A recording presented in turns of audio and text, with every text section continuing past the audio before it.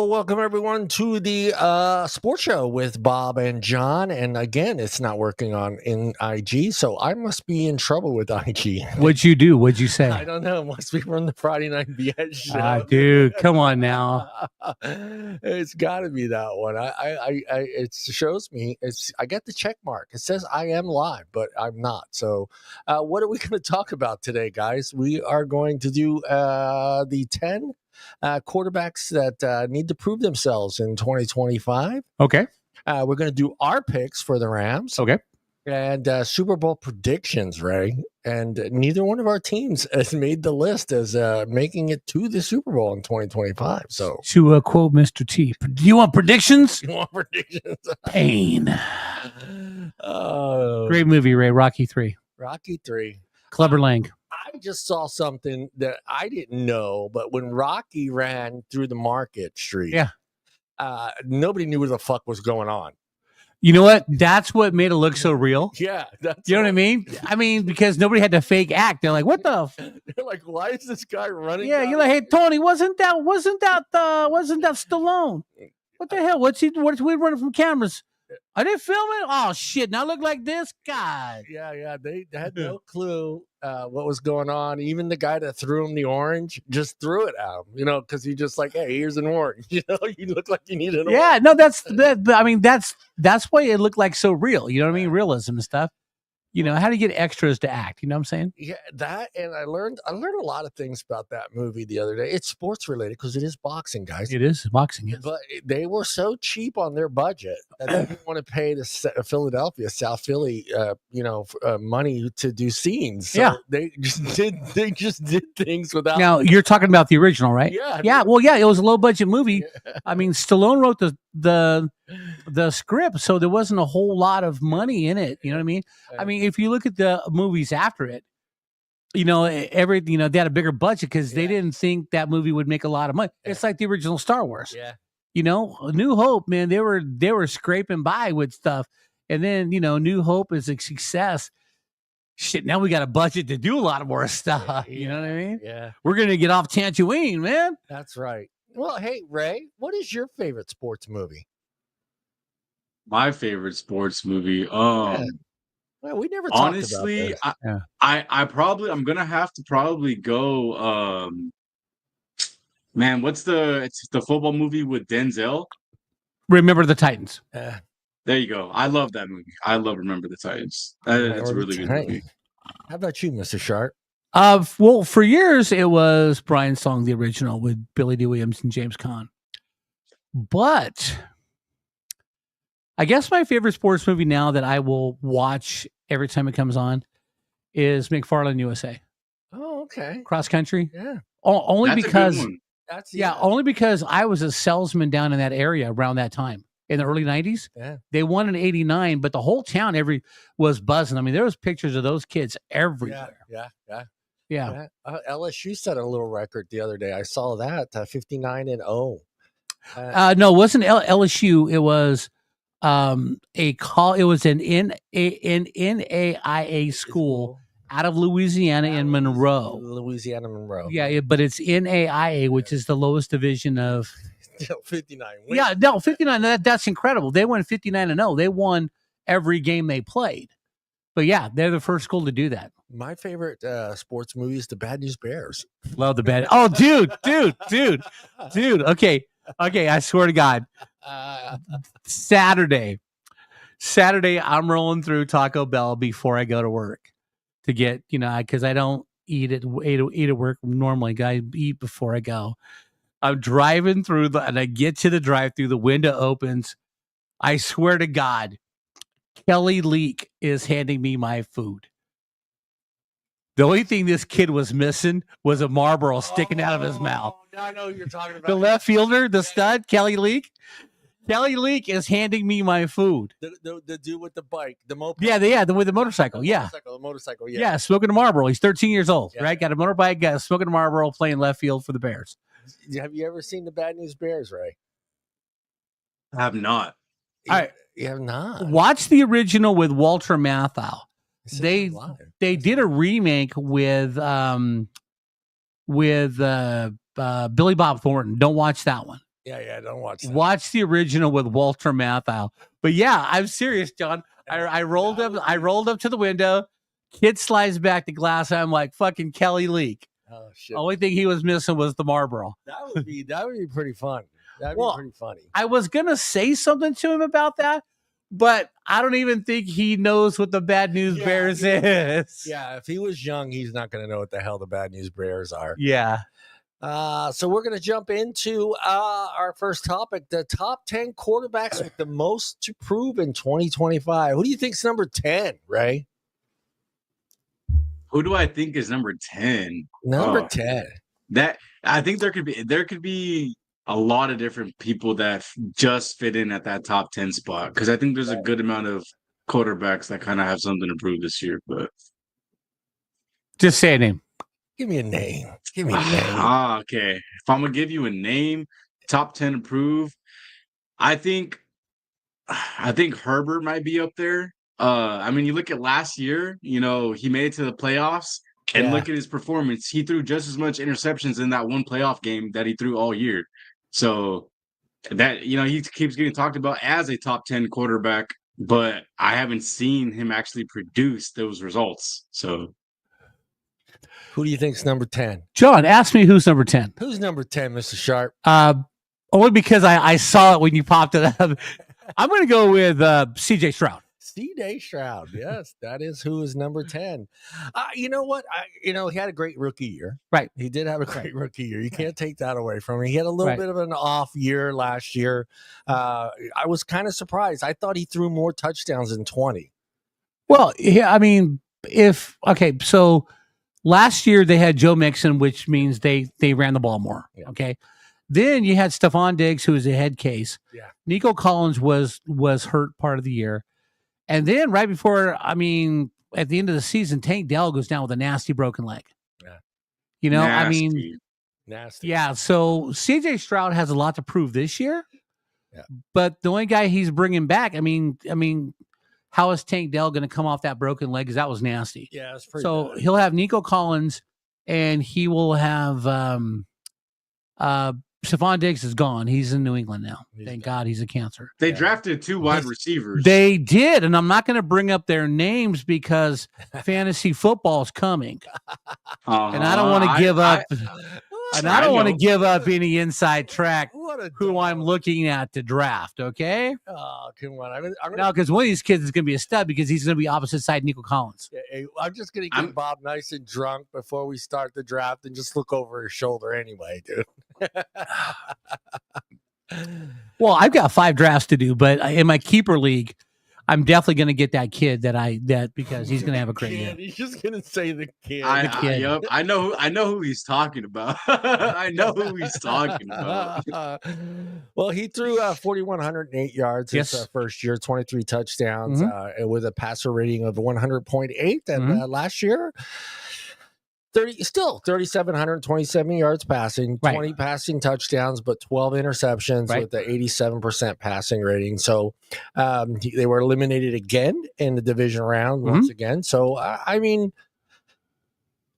what are your expectations for them? Do you, and that's a tough division as well. Right. But my expectations is how much, if you went back, so he's down 400 yards passing. How is their overall rushing last year? Was it up? Because Joe Mixon had a great year. Yeah, he did. So if you're running the ball more, then you're not passing the ball more. So if you're not playing from behind like they did 2 years ago, you're not going to throw the ball as much. You're going to keep running the ball and running clock. I think if long as Joe Mixon is still healthy, I think he can have around 4,000 yards because the thing is they don't have to rely on CJ Stroud. Right. They have a run game. So he doesn't have to have the ball in his hands every play. Where in the first year he was in the league, he did because they had a horrible run game. Yeah. How about you, Ray? Man, I think like the 3 biggest things that really showed the difference season that he had this year compared to his first year was the fact that in his second year, everyone in the league has tape on him. And then you look at, like Bob pointed out, his receivers getting injured. And then on top of that, his O-line was not making it easy for him because if you look, he finished top 6 in most rushed in the league last year. So a lot of the defense was getting to him all year long. So it's hard to make plays. Like the running game was there. Joe Mixon was doing his thing, but it's also hard to make plays when your receivers are gone or when the receivers you do have, you don't have enough time to get them the ball. Right. So. All right. Number 9, Mr. Bob. Yeah, I think this is a make or break year for Tua, because come on, you've had like 3 years with at least 2 full years with McDaniel. No, the Waddle. wide receiver, not Waddle, but the other one. Tyreek Hill. Tyreek Hill. So you've had over 2 years, going on 3 years with Waddle and Tyreek Hill, and you haven't won a playoff game yet. So a lot of it, falls on you. But again, Devin O'Shane last year was incredible, man.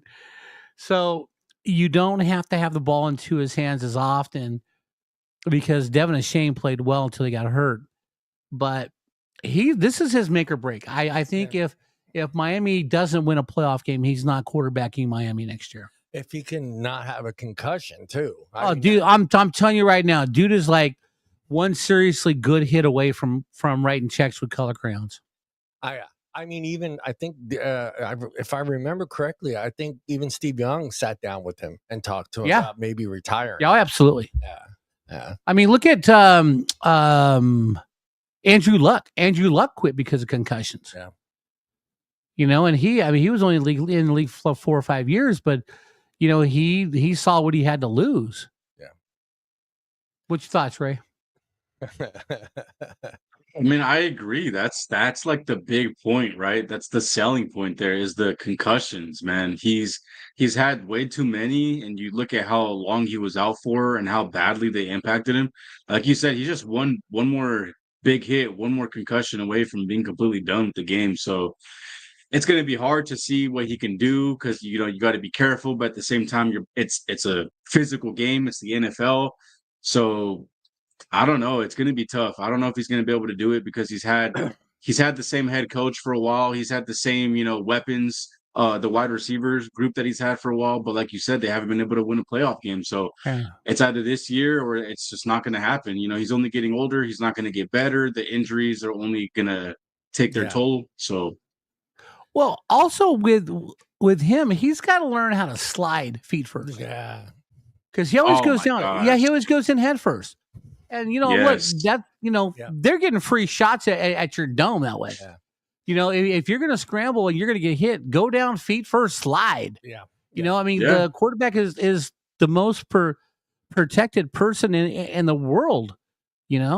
Except for a liberal president. That has to be something too to point out, right? Like, the better the quarterback, the better you would be at avoiding a hit, at knowing when and how to slide. So that's another point against his case, is they implemented the ability to slide, and here you are breaking a first down. You have so much space to slide, and like you pointed out, instead he still decides to lower his head. And he's going head first with his feet. Yes. Yeah. Like, man, that's an intellect problem. That's a terrible decision making right there. Right. Yeah. Can they make up 5 games? All they have to do is come in second. That is true. The Patriots have gotten better. Yeah. No, the Patriots are getting better. I don't see the Patriots getting near the playoffs this year, but the Patriots are getting steadily better. The only thing you have to do is if you can split with the Bills and then win the rest of your home games, you're in. Yeah. Pretty much, because you're going to get the Jets twice. Yeah.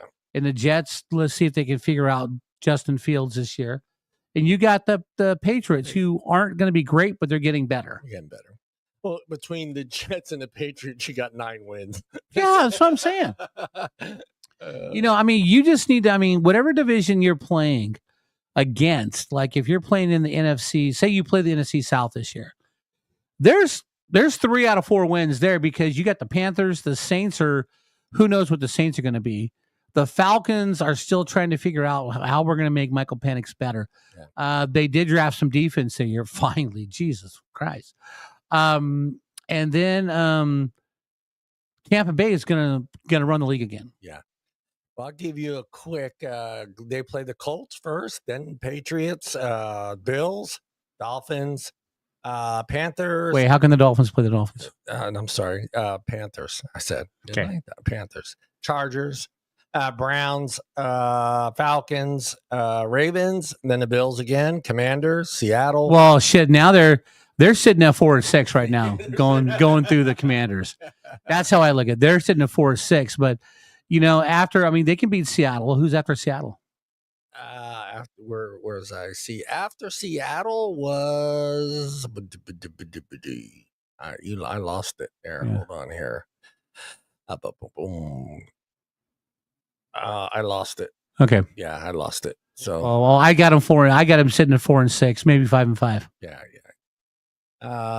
Raiders. What's happening, Aristotle? Where is Aristotle? He's on the chat. He's already started. Look, Bob, who's number 8 on that list? Number 8. I'm going to say number 8 is got to be Baker Mayfield. No, it's Justin. Justin Herbert. I didn't look at the screen. There you go. There, he cracked the list. I knew he would. All right, go ahead, Ray. What does Justin Herbert have to do to be better? I think you look at what he did in the regular season. His completion percentage was good. His TD to interception ratio was good. He's a good game manager. He's able to manage a game. I just think that he has to show that he can win a playoff game and not just let it be like you're behind and you came back and you won. Like, keep it close, or you hold the lead and show that you were the dominant team, the better quarterback, and you just didn't make those mistakes. Because he's such a prototypical quarterback. You look at his height, his size, you look at the throws he can make. He works so well in that system with Jim Harbaugh right now. He showed it last year. But when he made it to the playoff game, he just shit the bed. So he just needs to be able to make it to the playoffs and have a good playoff game. That's what I think that we need to see for him to actually be deemed as a good quarterback, or to have a good year, It's going to be tough this year, though. I think all 4 teams have improved this year. So, well, yeah, I mean, but I think what Harbaugh did this year is he's trying to take the ball out of Herbert's hands a little bit, less often, because not only, I mean, J.K. Dobbins had a great year last year as a comeback player. J.K. Dobbins had a great year. Then you go out and get Najee Harris. Okay, then you draft Omarion Hampton. Okay. So they're looking to run the ball more. But I think what they needed to do to help Herbert out was they needed to upgrade Quentin Johnson not being your number 1, because we know Ladd McConkey is always going to be number 2. Yeah. If Ladd McConkey is your number 1, which he had a phenomenal season, okay, Ladd McConkey is not supposed to be your number 1. Okay, you need a speed burner. You need a guy who can scare defenses. And Ladd McConkey is a great complimentary number 2. He had a great year last year. He's sure hands. He's like Wes Walker, Cooper Kupp, but he's a secondary, not a first. But I mean, give him a solid tight end.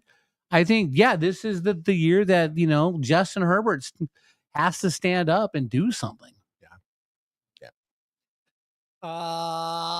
Number 7. Go ahead, Ray. You already know who we're laughing at. What about them boys? Oh, Dak Prescott. Yeah. That's fair. Okay, I'm going to play devil's advocate. All right. Go ahead. Does he really deserve to be on this list after one bad year? Yeah. Nope. I think he's like the number 15th or 16th quarterback. Yeah. I don't think he's a top 10 quarterback.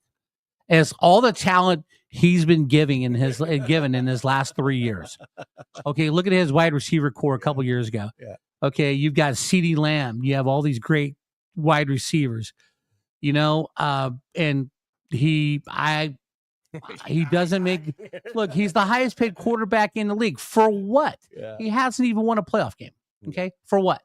Yeah. Why does Dak Prescott make the most money in the league? Yeah. All right, he sucks. Yeah.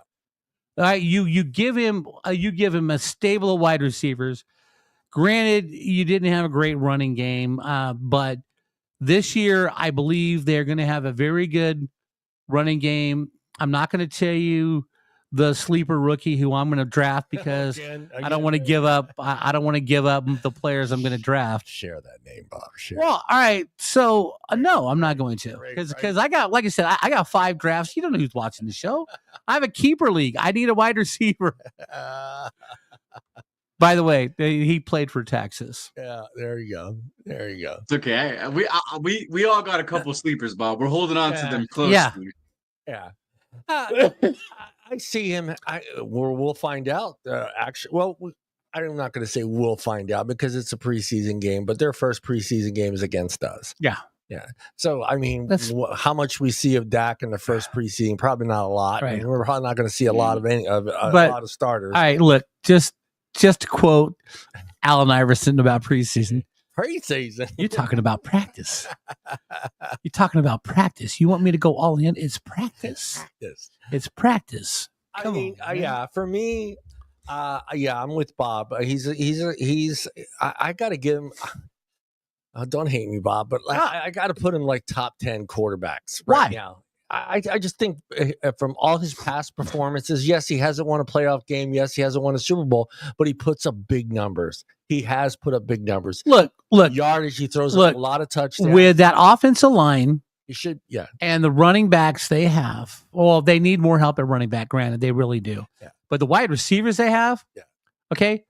Ray could throw for 4,000 yards behind that offensive line of those wide receivers. I think Ray would be short about that. No, I don't think so. I think Ray could chuck it for 4,000 yards with that offensive line because no one's going to touch Ray. Yeah. Okay? And even if they get to Ray, Ray's already going to have the ball gone down the field. You know what I'm saying? Yeah. Ray's quick, though. Ray's quick. Ray's got moves, you know. Shit, I see Ray in the break room. Ray got moves. You know what I'm saying? He's got moves. You got some free food out there. He called dibs. God damn, he's an Olympic athlete right there. You know what I mean? Especially if they're deviled eggs. Oh, they're deviled eggs. It's over. Yeah, it's over. Shit, you could have 2 guys try to sack Ray going for the deviled eggs. He's gonna like pick him off, going, "Get out of here! Get out of here! Go get your big brother! Come on, get out of here!" I thought I saw him sweep the leg last time there was deviled eggs. Sweep the leg, my ass. He went full roundhouse kick. You know what I'm saying? Yeah. I mean, I think he's gonna have a little bit better year than he did last year. I do think that the pressure is on him this year to prove himself. But the pressure's on him every year. I think it is every year, but I think, after the season they had last year and then the injury at the end and pulling him and having someone else come in and start and the big money, I think it's on him. But he also acts like that guy, like, I don't really care. Sometimes because he got paid. I know he got paid, but I think he was like that even before he got paid. Well, so if you now this is me playing Sigmund Freud, right? Going back and looking at his mental health, right? He played at Mississippi State, where their goal every year is just make it to a regular bowl game. If they can get one on New Year's Day, perfect. They never had aspirations of being national champions. They never do because they know that they're just mediocre. Yeah. Except for when Mike Leach was there. Mike Leach was a stud. Yeah. But I just don't think he has the mentality to hit the next level because that game he had 2-3 years ago in the playoffs, the Niners, they had a chance to beat the Niners. He has no timeouts. Yeah. And he tucks the ball and he runs downfield and gets tackled. And you have no time to huddle. Dude, you gotta have that sense of there's no time on the clock. There are no timeouts. You need to chuck that ball out of bounds and get another play. Yeah. Yeah. His best year was 2023. Yeah. But they lost to the Niners in the playoffs because he didn't know how to manage the clock. Yeah. And he was Yeah. They just didn't lose. They got spanked in that playoff game. Then it was the year before when he lost on the last play because he didn't get rid of the ball. He tried to run and then the clock ran out and it was less than 6 points. Okay. Number 6, he is wearing a new uniform, new colors. Sam Sam Darnold is going to. No one's going to talk about Sam Darnold halfway through the season. I think Drew Lock's going to be the quarterback. You think Drew's taking that spot? Yeah. Well, yeah, because Minnesota had a great defense. Minnesota also has Justin Jefferson. Yeah.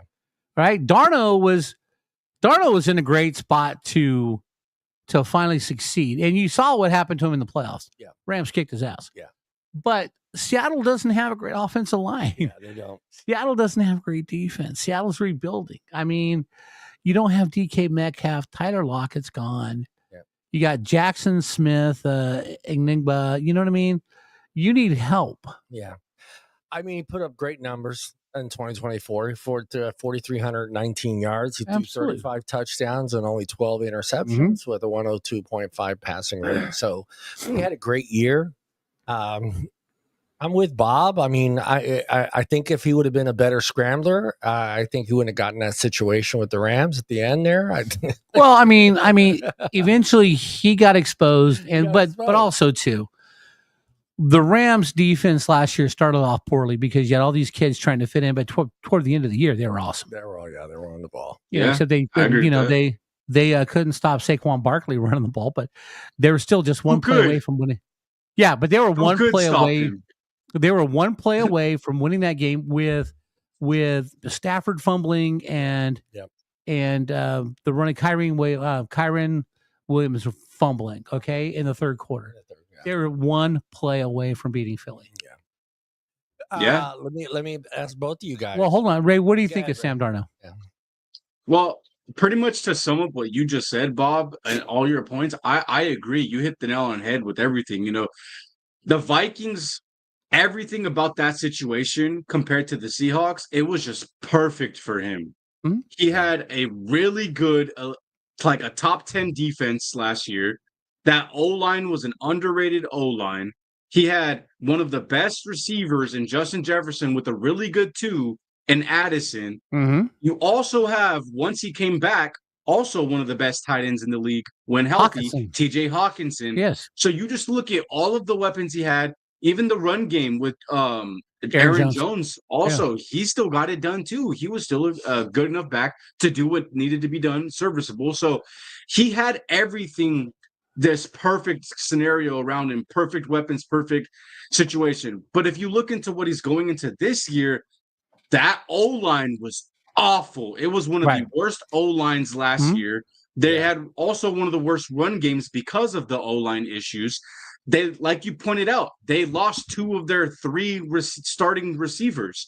DK is gone. Lockett is gone. Mm-hmm.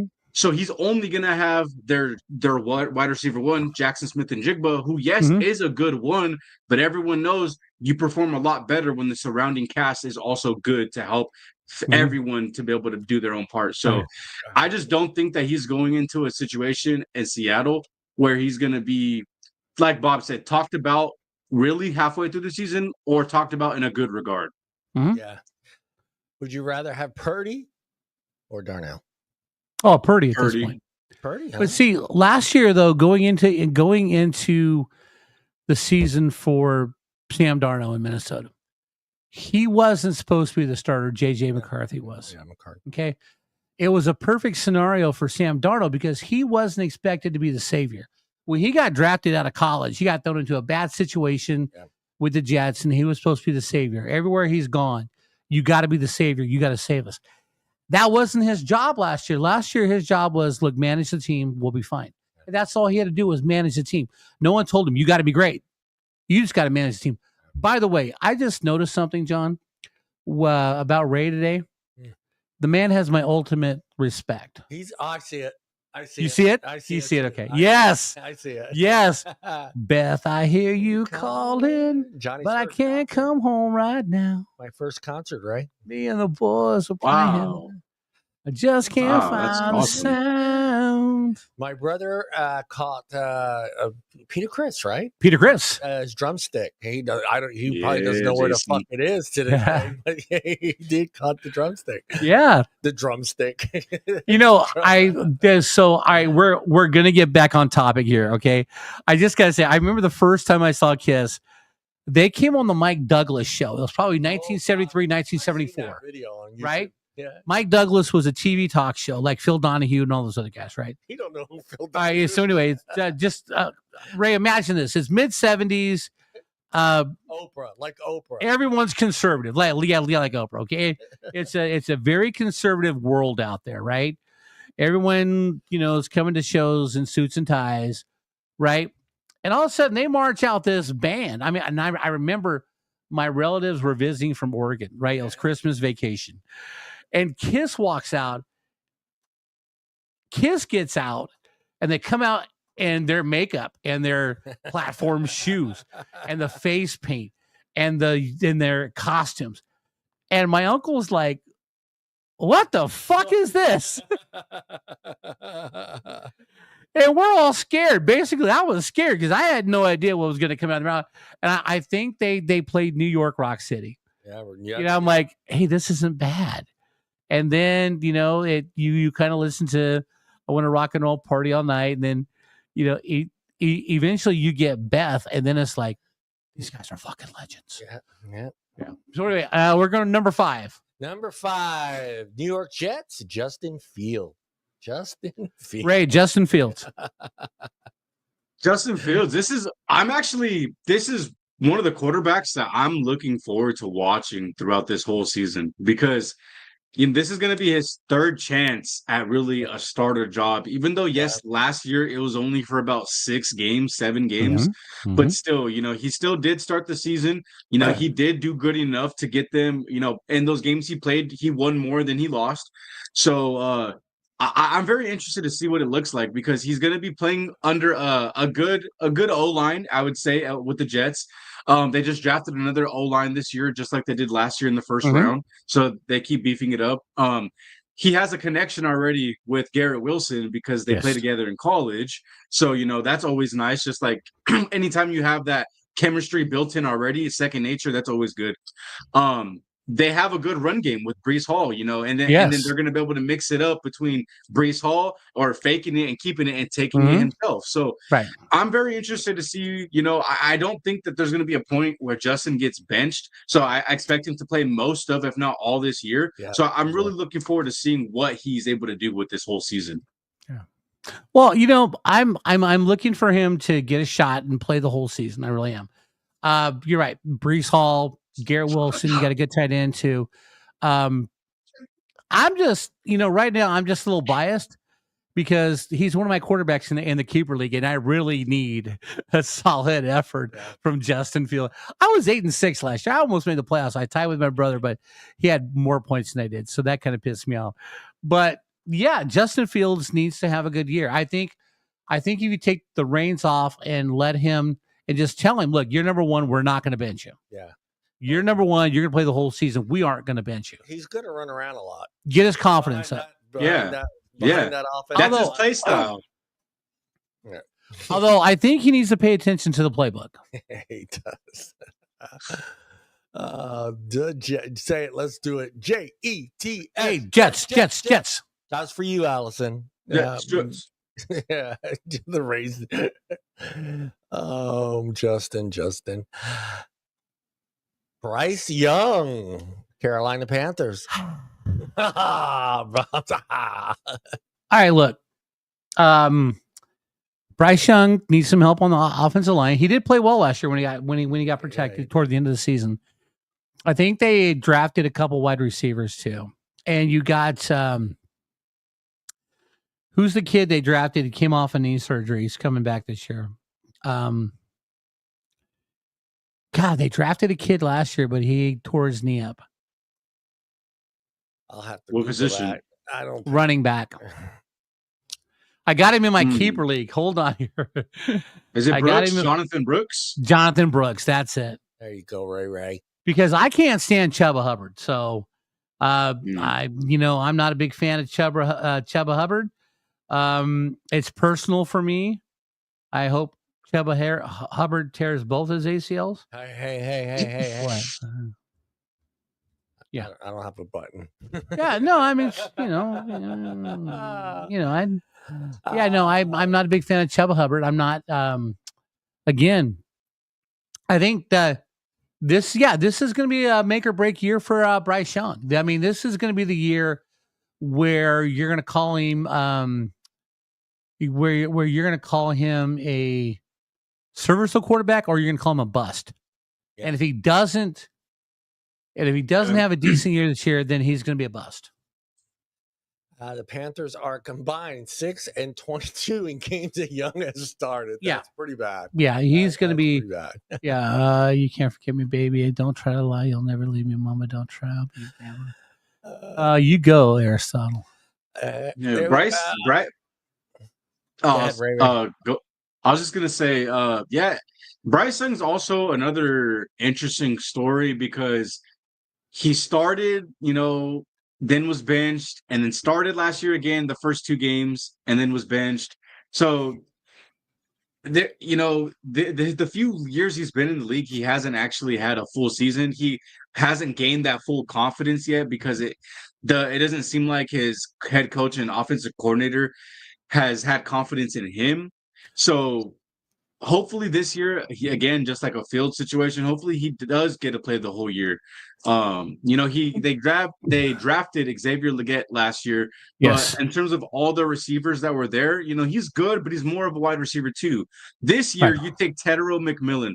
There's your true wide receiver one. Right. Hopefully they can have that type of connection, and he can use him as that red zone option and get more touchdowns and get more points on the board. So I'm actually interested to see what Bryson can do this year. I know that they also drafted a couple of defensive players, which is also needed because they don't have that great of a defense. I know they made a couple of offseason moves and with free agency. So, but in terms of Bryce Young, I want to see him gain that confidence and show that confidence, and to see, is he really that guy or is he a bust?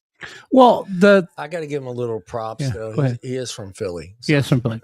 The guy who drafted him, who wanted him, Matt Rule, is no longer there. Matt Rule got fired after the first year. Matt Rule is now the head coach at Nebraska. So, I mean, and that's tough. I mean, it's tough every year when you got a new head coach and a new offensive coordinator. Yeah. Okay. So we'll see what happens. We'll see. Well, hey, Johnny, who's number 3, Johnny? Oh, I was gonna say Jason thinks that the Panthers taking Tedder McMillan was a dumb idea, though. Said they have no burners and all possession receivers. That's fair. Yeah, that's fair. Okay. Number 3, Johnny. Who's number 3? The Chicago Bears. Caleb Williams. mean the same Caleb Williams who first said he didn't want to be there, and now he's like, oh, no, I love Chicago. Chicago's the best. And let's not forget what he said at the end of the season last year, that he plans on being the first $1 billion quarterback. Yeah, that's let's try to be a good quarterback first before we say how much money you're going to make. Oh, $1 billion quarterback. I can't just imagine that. I mean, it's going to happen. Look, it's getting close. Look, if I'm a kid, and I know I'm different, I know it's I don't have the talent. I've never been put in that place. But to me, if I'm a kid coming up, I would rather say I want to be the next Joe Montana, Terry Bradshaw, Tom Brady, instead of saying I want to be the first billionaire quarterback. Yeah.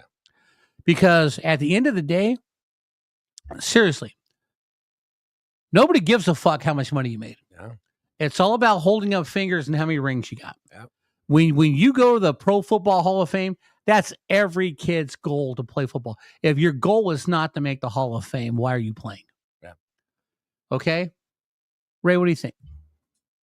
Well, did you guys actually see that the thing that came out apparently where he was never really taught how to watch and study film? Yeah, I read that. Well, okay. Number one, I call bullshit. Okay? Because you learn how to watch film when you're in high school. Yeah, I remember those. When I played high school football, we watched Monday. We didn't practice Monday. Monday was watching film on what we did Friday night. Yep. Okay, and the coaches they're pointing out your mistakes. Right. The coaches never point out what you're doing good.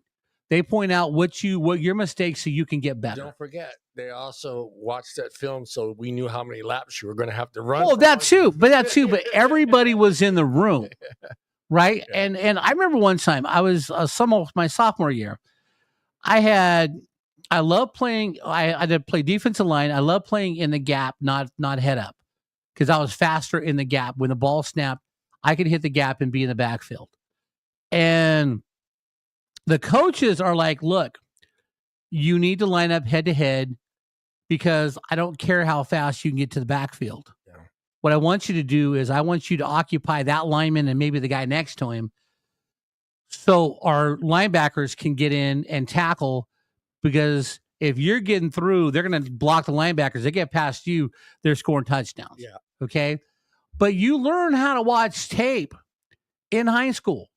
And if you're not paying attention to the tape, that's your fault. Yeah. You know why Justin Fields didn't thrive in Georgia?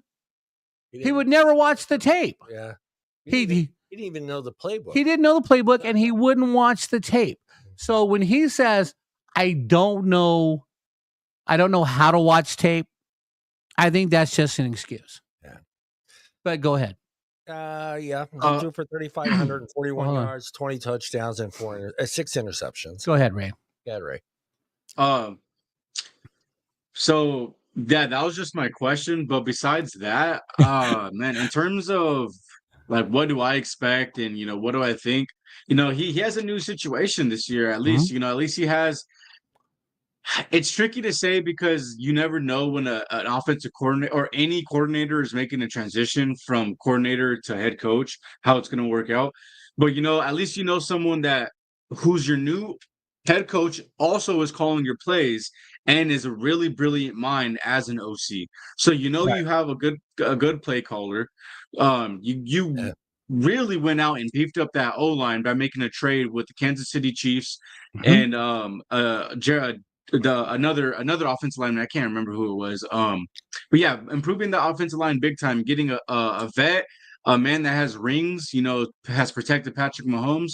So, Caleb Williams was also one of those quarterbacks that was sacked a bunch of times last year and just had a ton of pressure.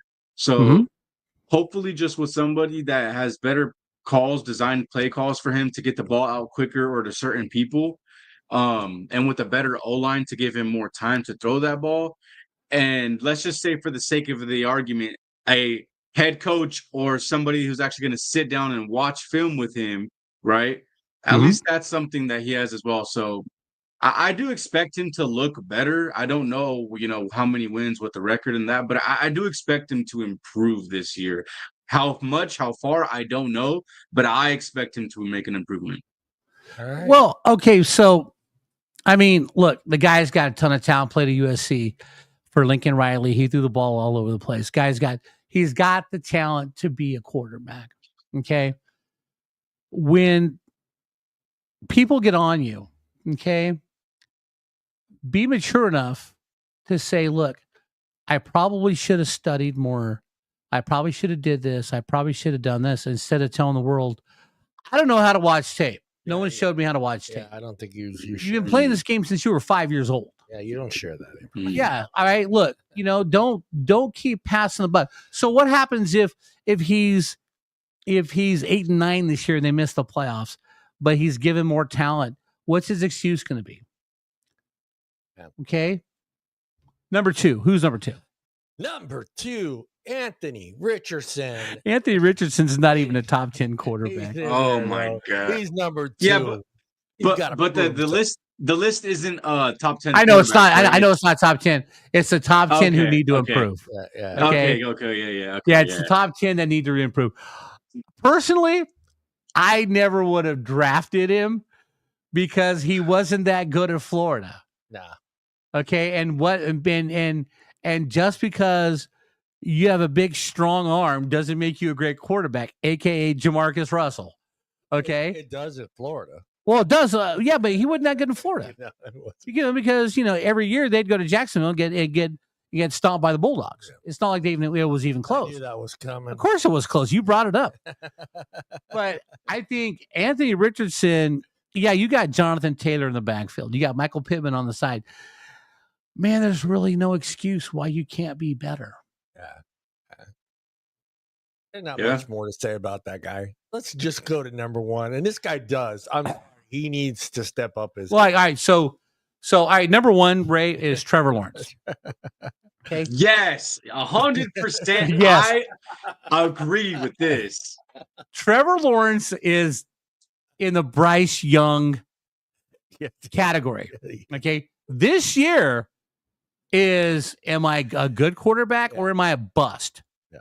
But the one thing you can say about Trevor Lawrence, even if he's the bust, boy got paid. He got paid. Yeah, he got that money quick too. He did get paid quick too. Yeah, he got paid quick. Yeah, he's got the tools. He's got plenty of help. There's just no excuse. I mean, the defense is decent. There's just no excuse why he can't make the playoffs. Yeah. Well, if he doesn't succeed as a football player, he could do the Pearl commercial for the hair. He can do the remake of Remember the Titans. Sunshine. He can do Sunshine. It's the Head and Shoulders commercial. Head and Shoulders commercial. Yeah, he can do the Head and Shoulders commercial. That lock of hair. I mean, come on, you're in the AFC South. In the South, you're with Houston, Indianapolis, and God, who's the other team that sucks in the AFC South? Colts. The Colts. The Colts, the Texans, the Jaguars, and who's the fourth team? God, I gotta look it up. Tennessee Titans. Tennessee Titans. And the Titans are coming in with Cam Ward. They're the worst team in the league last year. Yeah, they were. So if Jacksonville, I don't think they'll win the division, but they can be competitive with Houston. Houston's going to win the division. Houston will win the division. All right, because they got those two stud secret receivers that I'm not naming. What were their names? I'm not naming names because I want to draft them later on when it comes up to fantasy football. But no, seriously, Trevor Lawrence, with all the hype coming out of college, we're going to get Bob so drunk draft day that we're all going to be peeking over his shoulders. Go ahead, peek over his shoulder. I don't give it. I don't give a whatever. But anyway, no, seriously, with all the hype, okay, that Trevor Lawrence has had. Yeah. Okay, golden boy, gonna be successful. Yeah. Successful at Clemson. Blah blah blah blah blah. Tall, can throw. Blah blah blah blah blah. I'm telling you, if he doesn't do it this year, he's a bust. Especially that money. He got big money for 1 year, too. Just playing 1 year. $55 million. Yeah. It's crazy. He's getting paid more than Brock Purdy and Pat Mahomes. What did they see? I mean, I'll go through his stats in 2023. He was a completion ratio of 65.6. Not bad. He threw for 4,016 yards. Not bad. 21 touchdowns. Not bad. 14 interceptions. That's bad. That's bad. Is that the kind of, is that, I looked, I was like, yeah, Ray's gonna raise like that. Maybe the aliens beamed him up or something. Yeah. But yeah, I mean, is it that bad there at Jacksonville? There's no hope. I mean, everybody. No, I don't think there's no hope. I mean, they've got decent running backs. They've got good wide receivers. Their defense is spotty sometimes, but it all starts with a quarterback play. Do you think it has? Okay, I'm trying to remember the draft in 2024. Was it them just saying there's nobody there better? Because their record in 2023 was good enough to be in the top 10 in the draft, correct? Right. 2023, I believe, was the year or 2022, they drafted Trayvon Walker first, play outside linebacker. Yeah. Then they got Trevor Etienne, who got hurt. And I don't. Yeah, I mean that's the only reason I can think they gave him the money. It's like, okay, let's just give him his money. This is the well, he made the playoffs and they won a playoff game. Yeah. So he got the money. He got the money, but he hasn't done anything since. What about Rod Tidwell? Yeah. Rod Tidwell, baby, show me the money. Show me the money. That was Jerry Maguire. That was Cuba Goodings Jr. Show me the money. He got the money shown to him. He does. He does. That is our top 10 that need to get their shit together. Okay. That need to get their shit together. We'll see what happens. Let me pull up. Let me give my opinion. Yeah. Go ahead, Ray. Go ahead. Yeah.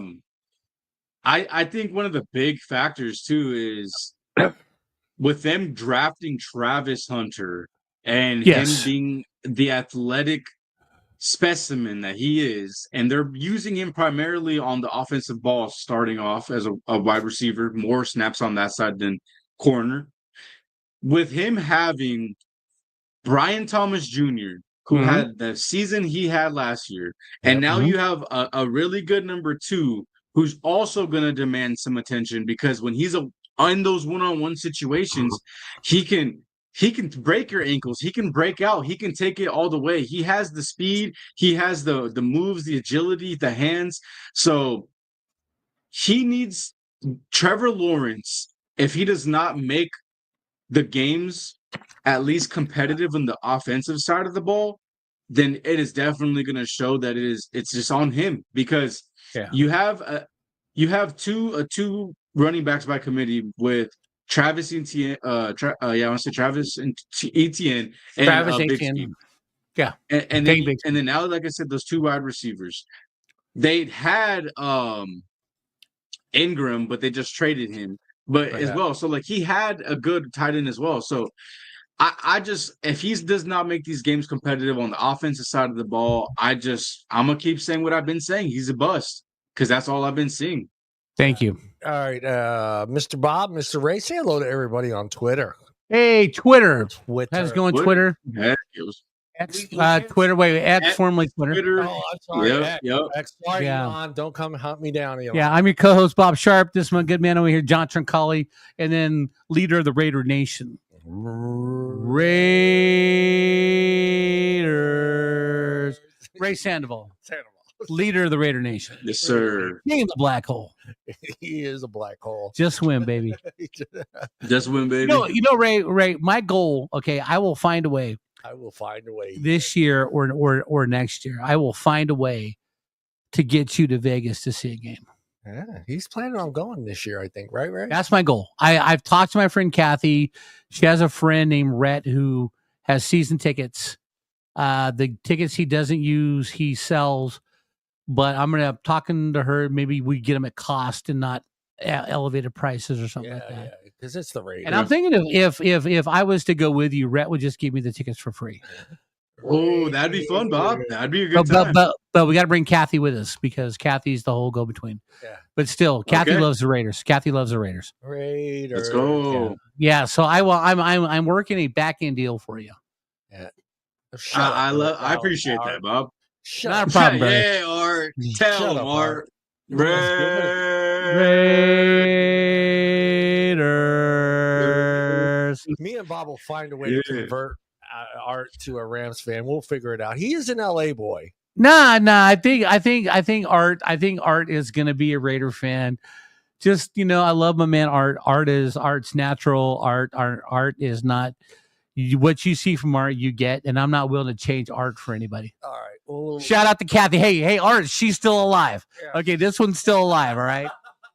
Shout out to Mrs. Art. Yeah, shout out to Mrs. Art. Shout out to Mrs. Art. All right, let's go through these. Mr. Sharp and Ray. Okay. Are you ready? Ready.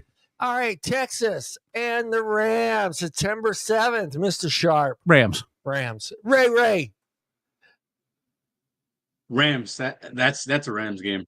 That is a Rams game. Let's go to September 14. Rams Titans. Rams at the Titans. Yes. Rams. Easy. All right. Big game. September 21st, Mr. Bob at 10 a.m. for us. Rams at the Eagles. Rams and Eagles. Eagles.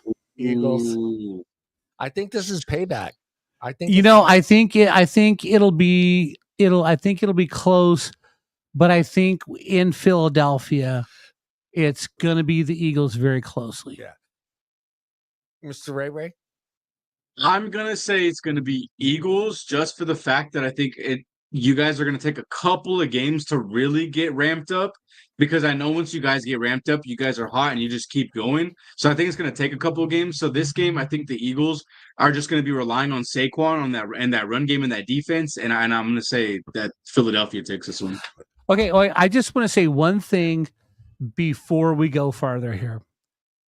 I'm holding judgment on the Eagles game. I'm going to give it to the Eagles, but if we can get a game in preseason for at least one half where Stafford plays with Devontae Adams and Puka Nacua, if we can get at least one half of that going on in game time mode, what's going on, then I'll pick the Rams. But I'm just being cautious. It's in Philly, it's Eagles, because I think it's going to take.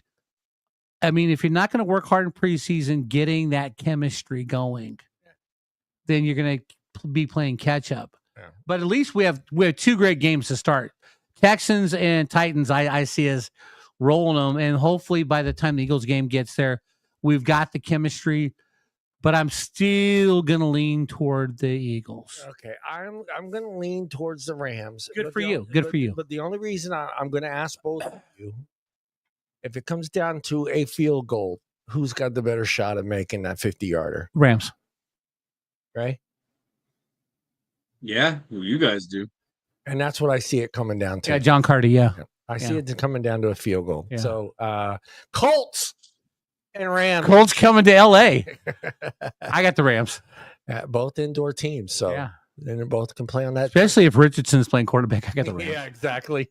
I don't care which person is playing quarterback, man. This is a W for the Rams. Yes. All right.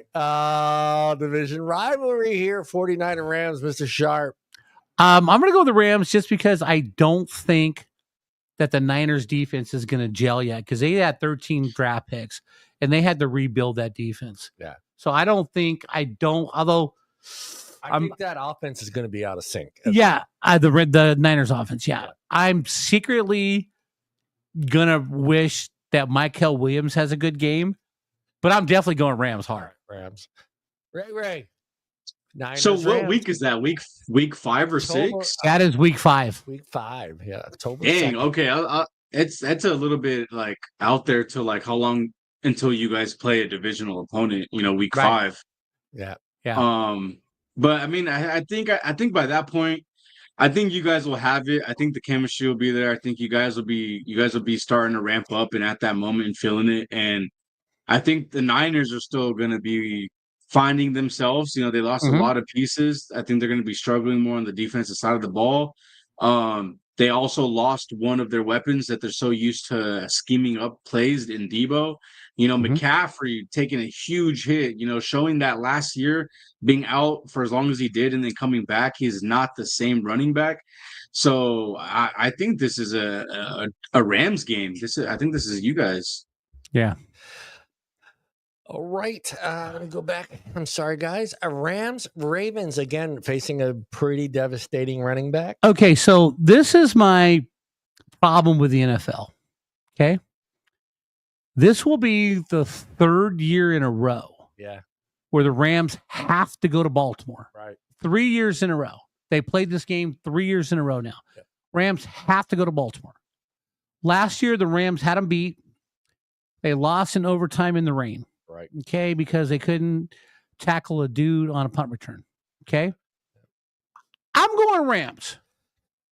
Yeah, I'm gonna go Rams on this one as well. I'm almost like I don't want to pull in a fucking Andre. I don't want to pull an Andre and go 16-0. Oh no, I know we're not going 16-0. Right. I know we're not going 16.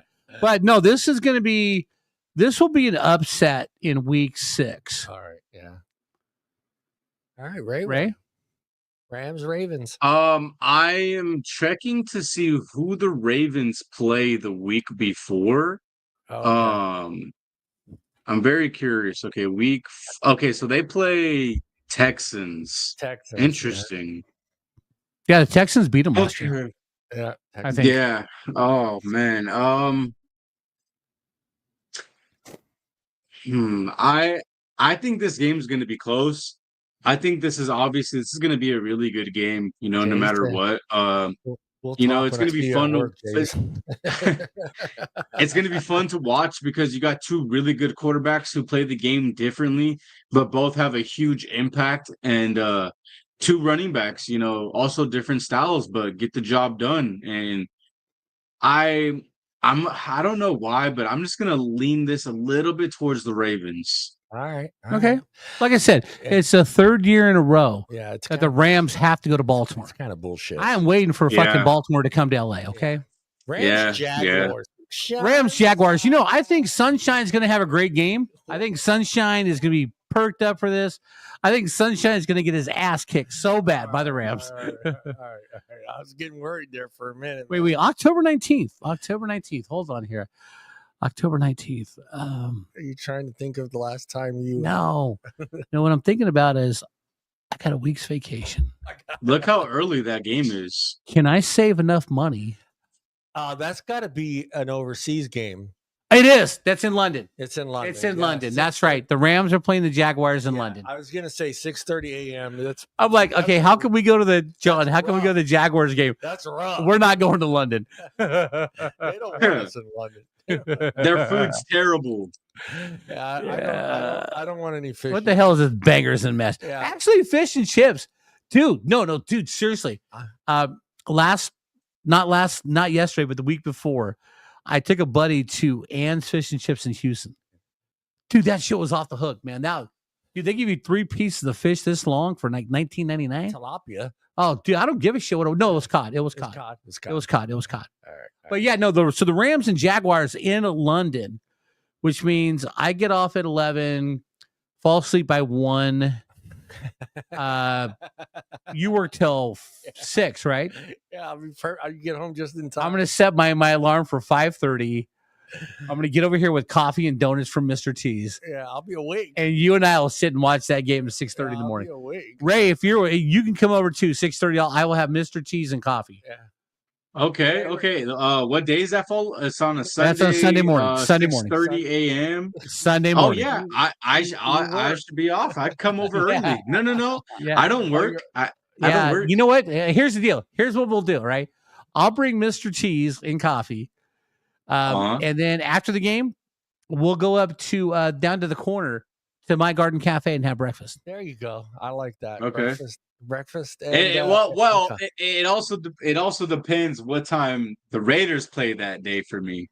Oh yeah. All right, so we'll have breakfast and hurry up and come back to John's house and watch the Raiders. Yeah, Raiders won't play. I love that. Raiders. You know, my Garden Cafe is like probably 3 minutes down the road. Yeah, Raiders won't play till 1 o'clock. So unless they're on the road. Are you sure? That's true. If they're on the road that day, then it'll be 10 o'clock. Raiders week 7, 2025. Actually, you know what? They may be on a bye. Yeah, I don't know. But we'll see. Our bye week is like week 8 this year. Let's see here. 5, 6, 7. Week so 7, dude, we're on a bye week 8 too. Yeah. We played the Chiefs that day. In Kansas City? In Kansas City. That's gonna be a 10 o'clock game. So we're gonna have to hurry up and go to My Garden Cafe, eat breakfast, and come back. Yeah, there you go. I like it. All right. So after the Jaguars game, we have a bye. Yes, we have a bye, and then we face the Saints on November 2nd. Now, are we going to face Tyler Shah, or are we going to face Spencer Rattler?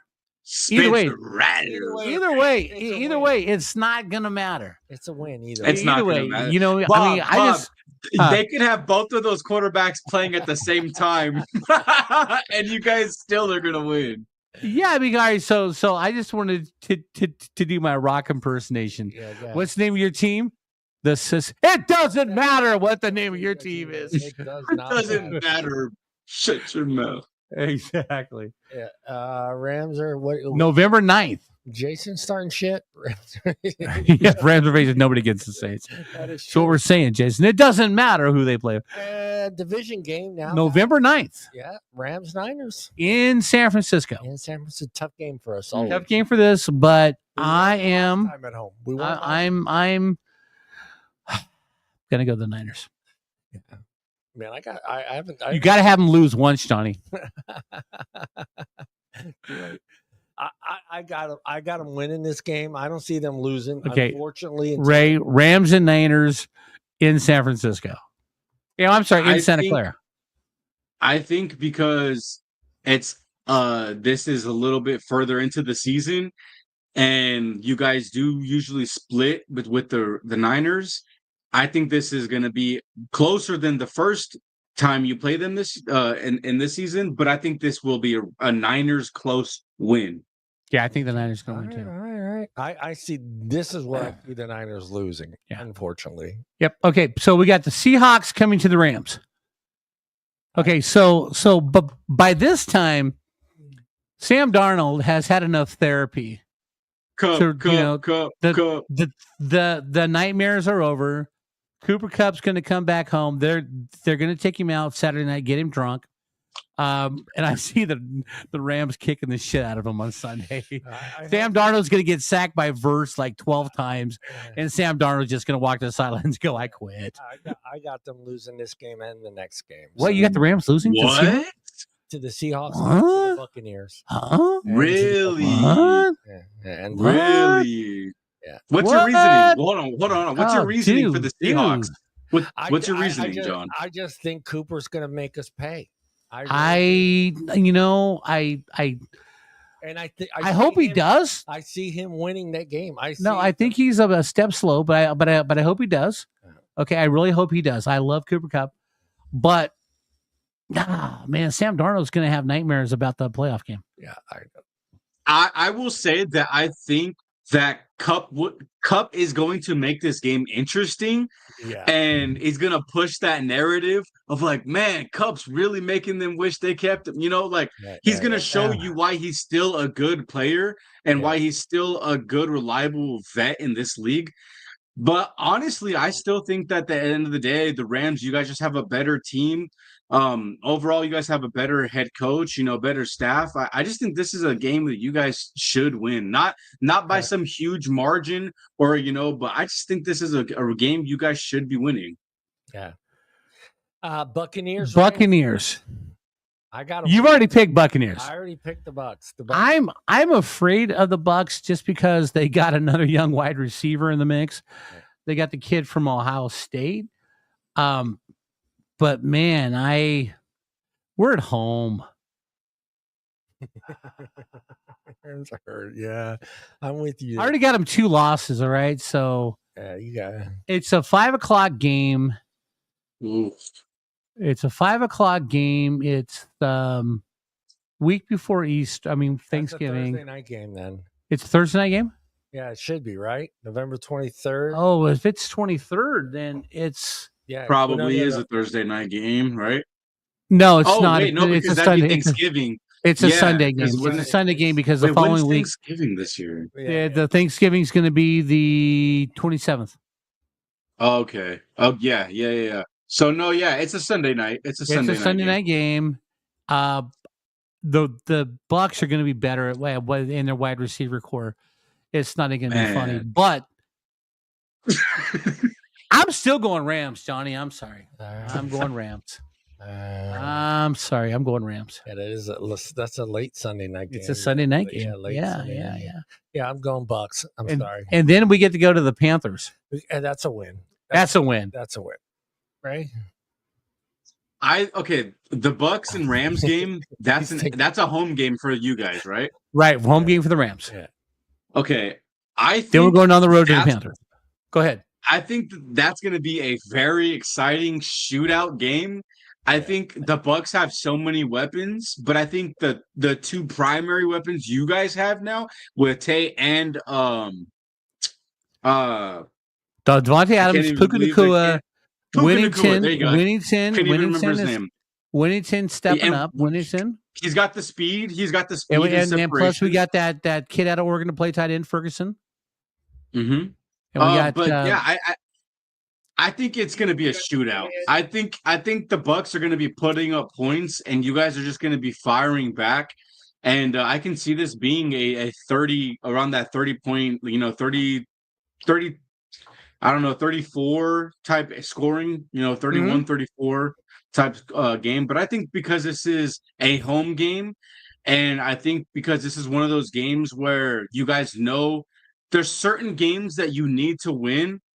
And I think that this is one of those games that's so close, but you can win it, that you need to win it for your playoffs. I think you guys take that one. Okay, look, Jason. Okay.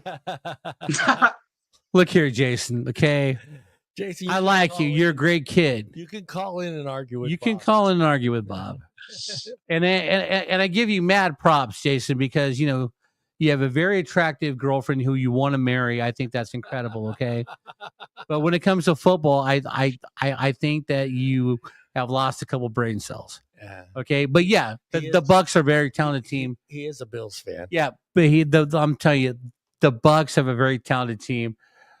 The Bucks are just going to be great, but I think our defense is going to be able to stop that enough for us to score enough points. Let's go Rams and Cardinals, December 7th. You know, the Cardinals kicked our ass last year, 41-10 in Arizona. That was a fucking ass. But it was at the start of the season. Yeah, it was. It still was ugly. You know, I'm going to go Rams, barely. I'm going Rams too as well. But you know what? I'm sorry. Yeah, got it. Yeah, I'm going Rams. Go ahead, Ray. Ray.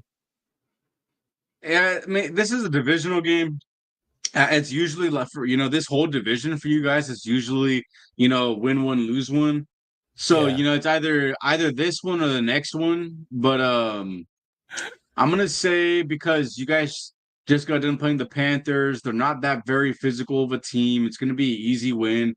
I think that you guys are gonna be easily prepared and not too beat up. So I think you guys will win the Cardinals game as well. Yeah. All right, good man. All right, so now we got issues. Yeah, I know. It's the next day after my birthday party. I'm going to be hungover, but it's a 125 game. And we've played the Lions tough for the last 3 years. Oh, yeah. But we've lost. But it's been close, very close. The Lions are loaded. But they don't have the day after your birthday? My birthday party. See, this is tough because my birthday party. Yeah. It's December 14th. We don't know who's hurt. We don't know. Yeah, we don't know who's hurt. Yeah. But if everything is thanks, Jason, Rams beat the Lions. The Lions have a new offense coordinator. The Lions have a new defense coordinator. Yeah. But something's going to happen, and the Lions are going to squeak it out. I think the Lions beat the Rams. Yeah, I have a tough. It's just tough. If everybody's healthy, the Lions barely beat the Rams. Yeah, I'm gonna go with you too as well. Again, it's just golf. Just another guy that's trying to prove that that trade should never been made. And but I mean, but you got Gibbs, you got Montgomery, you got Amon Saint. Oh yeah, it's that O line. Come on, the Lions O line. But you know what though? To be fair, you don't have to get to golf. All right, look. To be fair, last year when the Lions won, the Rams were lining up their third string left tackle. And that guy was getting beat like he stole something. Yeah. Okay. So if we have a healthy left tackle, it's going to be very close. Yeah. But God damn it. I think the Lions are going to come up with something to squeak it out at the end. And it's, but I think the Rams can get to golf. Oh, yeah. The Rams going to get to golf. And with him, I don't think you really need to get like physical with him. I think just the presence of him almost getting tackled, I think is enough to give him the happy feet again and make that mistake that he's known for doing in the fourth quarter. I think, you know what though? I think if the Rams are doing great, right before this game, Aaron Donald comes out of retirement and wants to play defensive tackle. Ray, what do you think, Ray? Rams, Lions, Ray. Okay, I will say this is going to be a very fun game to watch no matter what. And it's this late into the season, so to have a game like this late into the season is going to make it that much more impactful because if this could be a game that's riding for your playoff dreams, for your playoff hopes, but maybe not for you guys, but for the other team, but right. I think this is going to be close, and I hate to say it, but I think the Lions are going to take this one. Yeah, I think all three of us got the Lions winning that game. Rams, Seahawks. No, Rams. Rams, Seahawks in Seattle. The Rams play very well in Seattle. I'm going Rams. The Rams have played well in Seattle the last 5 years. Yeah. Ray? Yeah, I think the first game is going to be a lot closer just because it's, there's a lot of hype behind it. You got, beginning of the season, teams don't know Darnold with the new team. Cup's going to be playing against the Rams, so there's going to be all this hype. But I think it won't be that close of a game, and I think you guys are just going to take the win. Yeah. All right. Rams, Falcons, brothers. Okay, here's the deal. Okay, let me tell you, brother. Here's the deal. We're on point. Oh, yeah. Yeah, we're on point right now. Yeah. I think that if the Rams beat the Seahawks, there's going to be a hangover, and I can actually see the Falcons beating the Rams. Ooh. I'm not. Yeah, I see what you're saying. I see what you're saying. Especially if we have a 1 or 2 game lead up on whoever's in second place in our division. If we have at least a 2 game lead, Falcons win. Yeah, Look how much time you guys have off too. 11 days. Yeah. Oh yeah, 11 days. Why do we have 11 days off? I'll call. We've already had a bye. It's because you only have 4 days in between the Lions and the Seahawks. Oh, you know why? You know why? Because we're playing the Seahawks on Thursday night. Yeah. And we're playing the Falcons on Monday Night Football. Yeah. There you go. Oh, there you go. That's why we have 11 days. Yeah. There you go. Let's go Cardinals Rams. Wait, hold on. Oh. If Cardinals Rams, if we have already won the division, this is a Cardinals. Yeah. If we need to win to get into the playoffs, Rams. Yeah, I agree with that. Yeah. That is our picks, Mr. Sharp. That is our picks. I will go back and look and see where we're all at on those picks. Where is my next there? Where is it?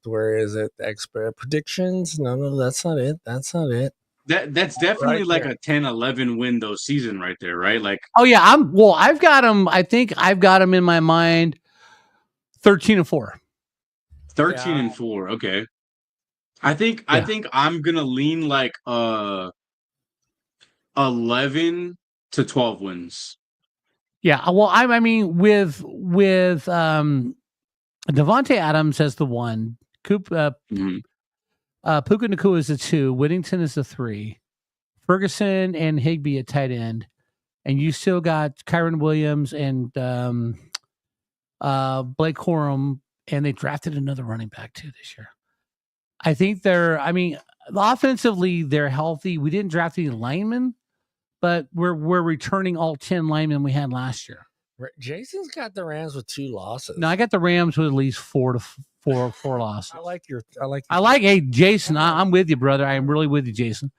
But no, I got 13-4. I think a lot of people are picking the Niners to win the West, but they got to rebuild. They got to rebuild in so many places. Yeah.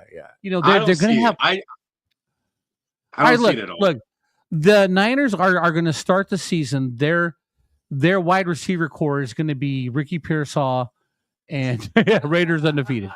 Ricky Pearsall and Juwan Jennings at wide receiver.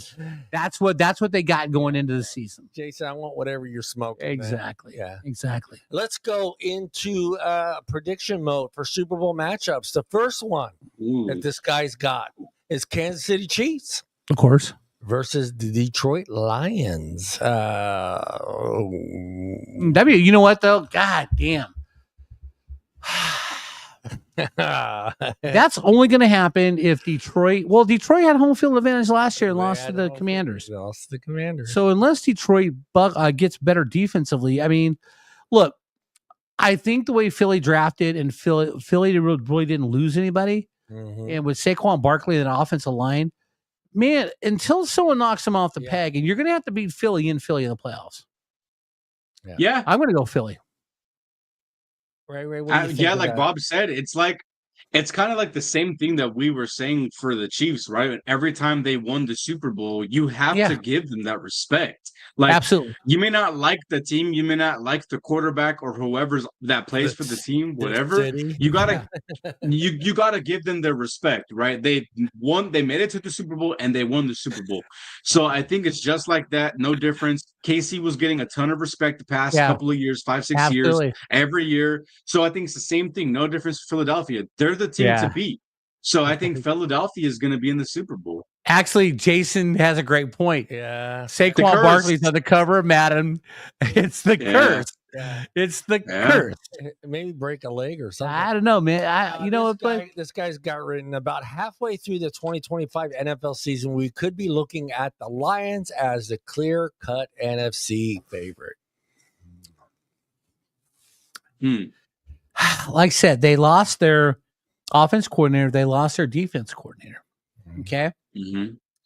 So I mean, I know that the coach reflects his personality on the team, but you got to have someone doing the X's and O's and stuff who can stand up and say, "Hey, this is."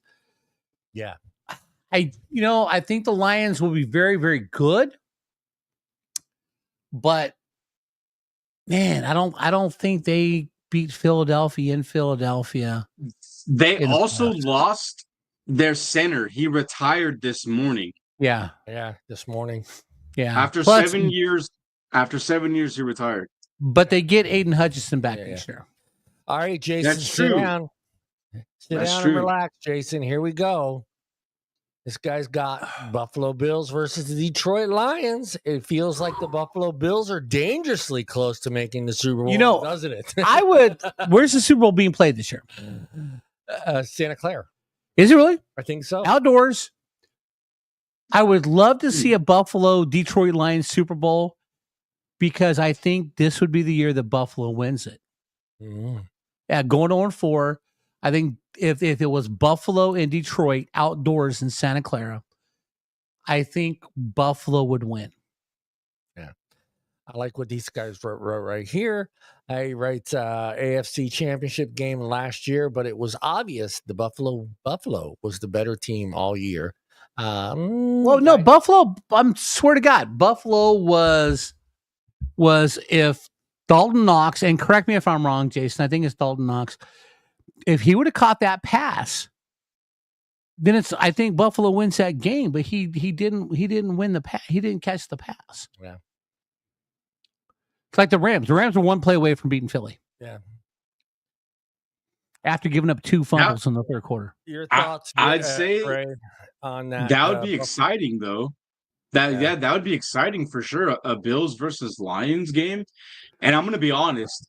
If it did come down to that, I'm gonna lean in the Bills. I would say I think that the Bills would take that game, but no matter what, I think it would be very exciting. I've been saying it me personally for the past 2 years that a couple of the teams that I would not mind seeing in the Super Bowl that I think would be exciting would be the Lions, Ravens, or Buffalo Bills. So I wouldn't mind it. Well, that I think about it, if go I ahead. see that situation, I kind of see Detroit winning it. You know Really? what? It's going to be a good game either way. But here's the deal, right? Is the Lions have never been there. Yeah. And the Bills are 0-4. Bills. That would be a great fucking game. Yeah, it would be. Because somebody's going to win it for the first time. Yeah. And just the now, okay. Hey, I've been saying this. Hold on. Yeah. I've been saying this for 20 years. Uh-oh. Okay. 20 years. Okay. Why don't we play the Super Bowl on Saturday night? Because everyone gets drunk and hungover. Yeah. They call off to work Monday. Yeah. I think you would have more viewers. I think you would have more interest. And for the job market, no one's going to call off Monday. Yeah. They're even talking about making it actually a national holiday. I understand it, but why don't we play it on Saturday? Ray, somehow, some way, we'd still have to work. Hey, Ray, we got to work, but it's going to be holiday pay. It'll be holiday pay. At least it makes something different. I'll take it. But Ray, look, you work Graves. Game's already over. You already watched the game. Yeah, but what kind what kind of notifications is he going to see? I know, but see, here's the deal. Right, here's the deal with the Super Bowl, right? It'll be I think I saw a horse. No. Here's the deal, right? I used to work day shift on Sundays. I would warn people 3 weeks ahead of time. Do not call off on Super Bowl. Yeah. Do not call off on Super Bowl. Yeah. I get off at 4:00. Son of a bitch. Yeah. Call it. Yeah. Alex Kirkle, 2 years in a row. Oh, I got alcohol poisoning. Fuck you. Right, you don't watch Super Bowl. Then I got it. Nobody wants to work, so I got to come back in at 6, put in a 14-hour day. You got it, Bob. You got it. Well, I did it for the overtime and the double overtime. You know what I mean? Yeah, you know what the exciting part is in Santa Clara. Yeah, it is in Santa Clara. It's going to be in Santa Clara, so Yeah. Art is actually going to get to see Creed live. I hope they have Creed at halftime, Art. Creed is the surprise that there's talks of Creed. Nah, Jay-Z's the music coordinator. He's going to give Drake a chance to come back and clap back at Kendrick Lamar. They promised. They made their mistake last year. Okay. The NFL said that they promised this was in the book 6 years ago, that wherever the Super Bowl is, the halftime show will represent the city that it's in. Dude, that's why it was supposed to be what's his name? Aristotle Nunez. Dude, can you imagine Starship, Journey, You're live. Tower of Power? Hold on, let me make sure he's in. You are live to the sports show. I'm live. Yeah, you are live. Live on the #1 sports pod on YouTube. Yes. Yes. And live is Artemis Prime. Artemis Prime. Are you excited to see Creed in the halftime show in Santa Clara, Mr. Art? All right, Johnny. I do not like Creed.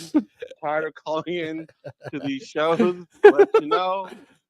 But I will keep calling every time you say that I like Creed. Hey, show America. Hey, Artemis Prime. The world that I don't like Creed. What happened? Hey, Artemis Prime. Yes, would you be cool if Tower of Power played at the Super Bowl halftime? If who? Tower of Power. Yes, because they're not Creed. They are a Bay Area staple. Yeah, they would have. Yes. Huey Lewis and the News. Huey Lewis and the News. Santana. 50, not 50 Cent, but E40. Yeah, E40, Santana. As long as it's not Creed. This isn't Canada. This isn't a Cowboys game. Yeah. I don't want Creed played anywhere. Hey, Artemis. Can you take me higher? Hanging up now. All right. The next one is Kansas City Chiefs. Yep. Versus the Philadelphia Eagles. No. Part two. Look, no. It'd be part 3 because Kansas City beat them first time. Yeah, Philly played. We don't want to see that. No, we don't need a part 3. I mean, seriously, we don't need a part 3. Okay. I think it would be the same outcome. I don't know, because I think Kansas City would watch film, and I think Andy Reid would like teach Caleb Williams how to watch film. I'm sorry, that was a low blow. But nobody. Look. I props to Kansas City for being great. Props for Philly for being great. Nobody wants to see that again. Yeah. Okay. Nobody wants to see it again. Your thoughts, Ray? On a repeat. Well, first of all, Jason's effing trolling in the chat by saying he would love to see the Chiefs go to the Super Bowl again. No, he wouldn't. Jason wants the Bills to go. But I would hate to see that, man. Like for one, I'm in the division with them. You know, we go against them twice a year. They're a great team, man. They have one of the best quarterbacks in the league, if not still the best, because he's just how proven he is. The best, thank you. You have the best head coach in the league right now.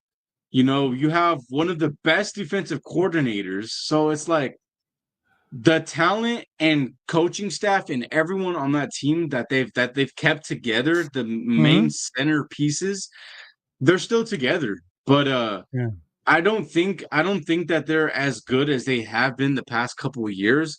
Yes, they're still going to make it to the playoffs. Yes, they're still going to be competitive. But I think that when they make it to the playoffs, just, you know, this year, that they're going to be taken out. I don't see them making it to the Super Bowl. All right, do you see them getting the same, let's just call it favoritism, that they got last year with calls? Or do you think they're not done as with much? I think we won't see it as much. Yeah, I don't think so either. The Super Bowl performance. Yeah, I don't think so either. I mean, I think. Well, yeah, I don't think that'll be the same. I don't see them getting those calls in the fourth quarter with 2 minutes left. I really don't. You know, just for Mr. Bob Sharp, we're going to do the 10 greatest quarterback performances in college football history. Oh, go ahead. All right, Mr. Sharpie. I do not own the rights to this film. I'm going to put that in writing. Yeah. Let me put this there and right there.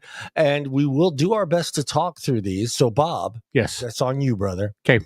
Because who is this, Turner Gill or we're going to go right here. who's number 10? Here we go. Turner Gill, University of Nebraska. Oh, this is Nebraska? Okay. Yeah. Oh, dude. Oh, he's got some wheels. Okay. He broke straight through that. Pretty sure it's Turner Gill. Yeah, Turner Gill he was a great college football quarterback. He wasn't a great pro because he had to play in Canada. Well, that Oregon, huh?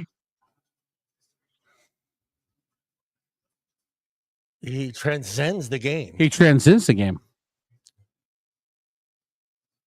of all time. Yes. That hit was nasty. Yeah. Let's cross our fingers. All right, I'm telling you right now, if Timmy Chang's not on here, this list is bullshit. Ray, let's cross our fingers that no Georgia Bulldogs. Nah, there's never been Stetson Bennett in the 65-10 beating of TCU. Yeah, yes, I'll give you that. But that's about the only great Georgia quarterback performance. Tommy Frazier, I thought it was Turner Gill, right? Tommy Frazier.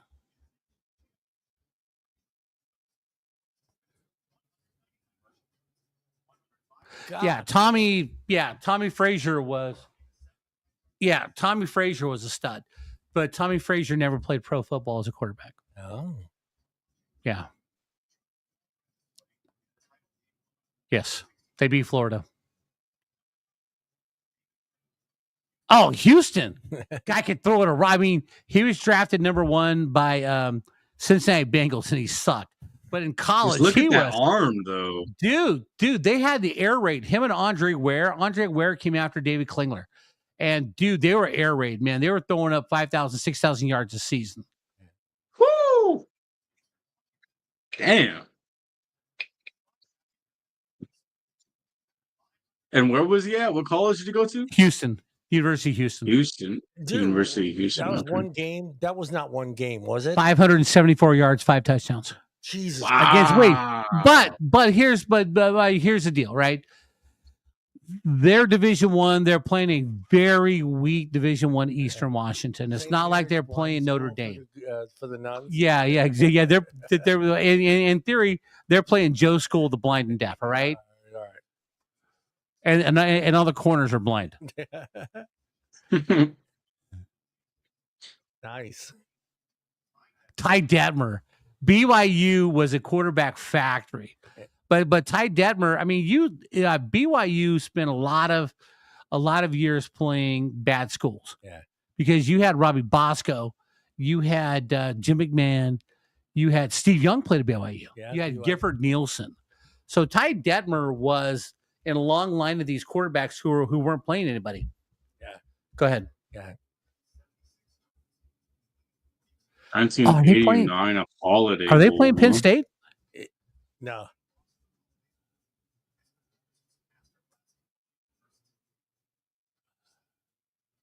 Andre Ware, University of Houston. He followed David Klingler. Frank Cushman was a great college quarterback. 6 touchdowns. Yeah. SMU. Yeah. Like I said, Houston had that air raid offense, and it was 5 wide receivers, 1 quarterback. We're going to go throw the ball over here. Andre Ware got drafted by the Lions, and he didn't play very well. Ware won the Heisman. Yeah. And there's nobody in the stands. I know. I was going to say Chuck that. Long. Yeah. University of Iowa, Chuck Long. Chuck Long probably had 1 good year, and then Chuck Long sucked. He looks like he's 12 years old. Dude, Chuck Long, I mean, he played at Iowa. Who are they playing? North Texas, right? Yeah. Or no, they're playing Texas. Yeah, Texas.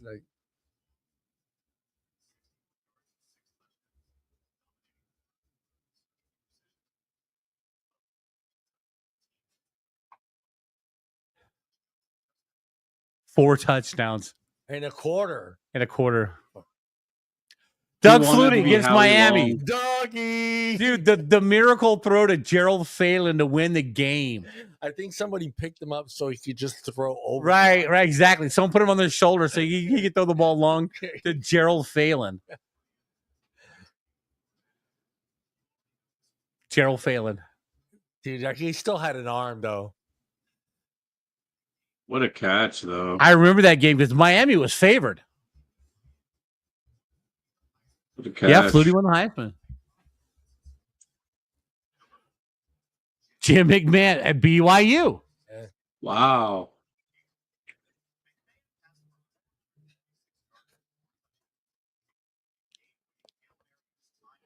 Okay, Holiday so they're playing at SMU, right? So Holiday Bowl.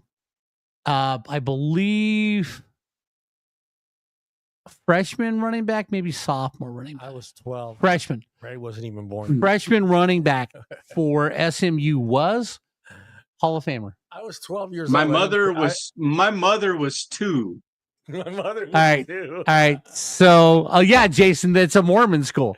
So I believe freshman running back for SMU that year, Eric Dickerson. Eric Dickerson.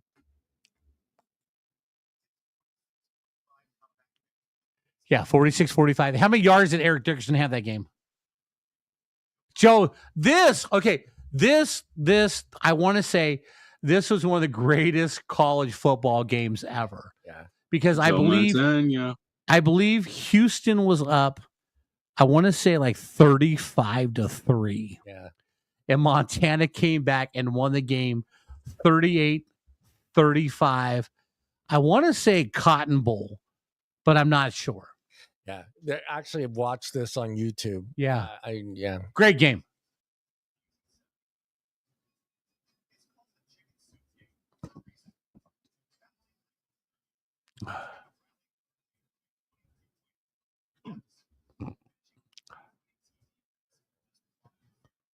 Well, he's not known for that, is he? Oh, yeah, he was. In college, he was a stud.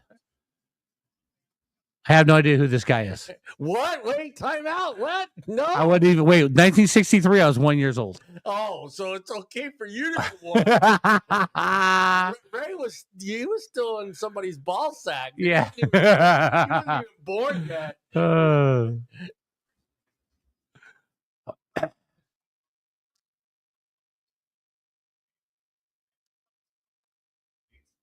Shit, at that time, I was in my grandparents' ball sack.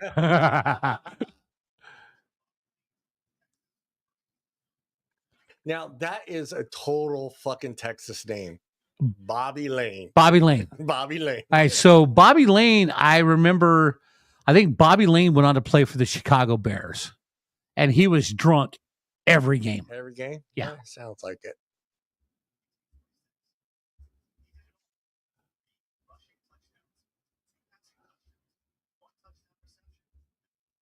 Whoa. One passing touchdown reception, so somebody threw him the ball. Yeah, something in the ball. Yeah. He pulled a Jared Goff out there. Yeah, he did. That hit. Pretty cool. I thought Bob would enjoy that. Yeah. Little college for Bob. Little college football, little memory. You know what though? One of the greatest games I ever saw, as I remember as a kid, 1978 Rose Bowl, either 78 or 79 Rose Bowl. I was 10. Okay, the Washington Huskies got to the Rose Bowl. They beat USC. They were playing Michigan. They were like 14-point underdogs. And there was this quarterback playing for Washington that no one ever heard of, Warren Moon. Warren Moon? And what got me was Warren Moon was a black quarterback, but the star running back was white, Joe Steele. And Warren Moon, just watching him play, I'm like, this guy's going to be great. Problem was, at that time in the late 70s, nobody drafted black quarterbacks. Warren Moon had to go to Canada and play 5 years in CFL and win 5 championships with the Edmonton Eskimos before Houston brought him down. Yeah. And they never this close. Yeah, but they never counted Warren Moon's Canada numbers with his NFL numbers. He'd have the most passing yards if they counted his Canadian football, but they didn't. So we got 5 minutes for Bob or what? How close was he for beating us? This close. Just win, baby. Just win, baby. Are we still gonna do the quarterbacks that we expect to finish top 10 this year, or?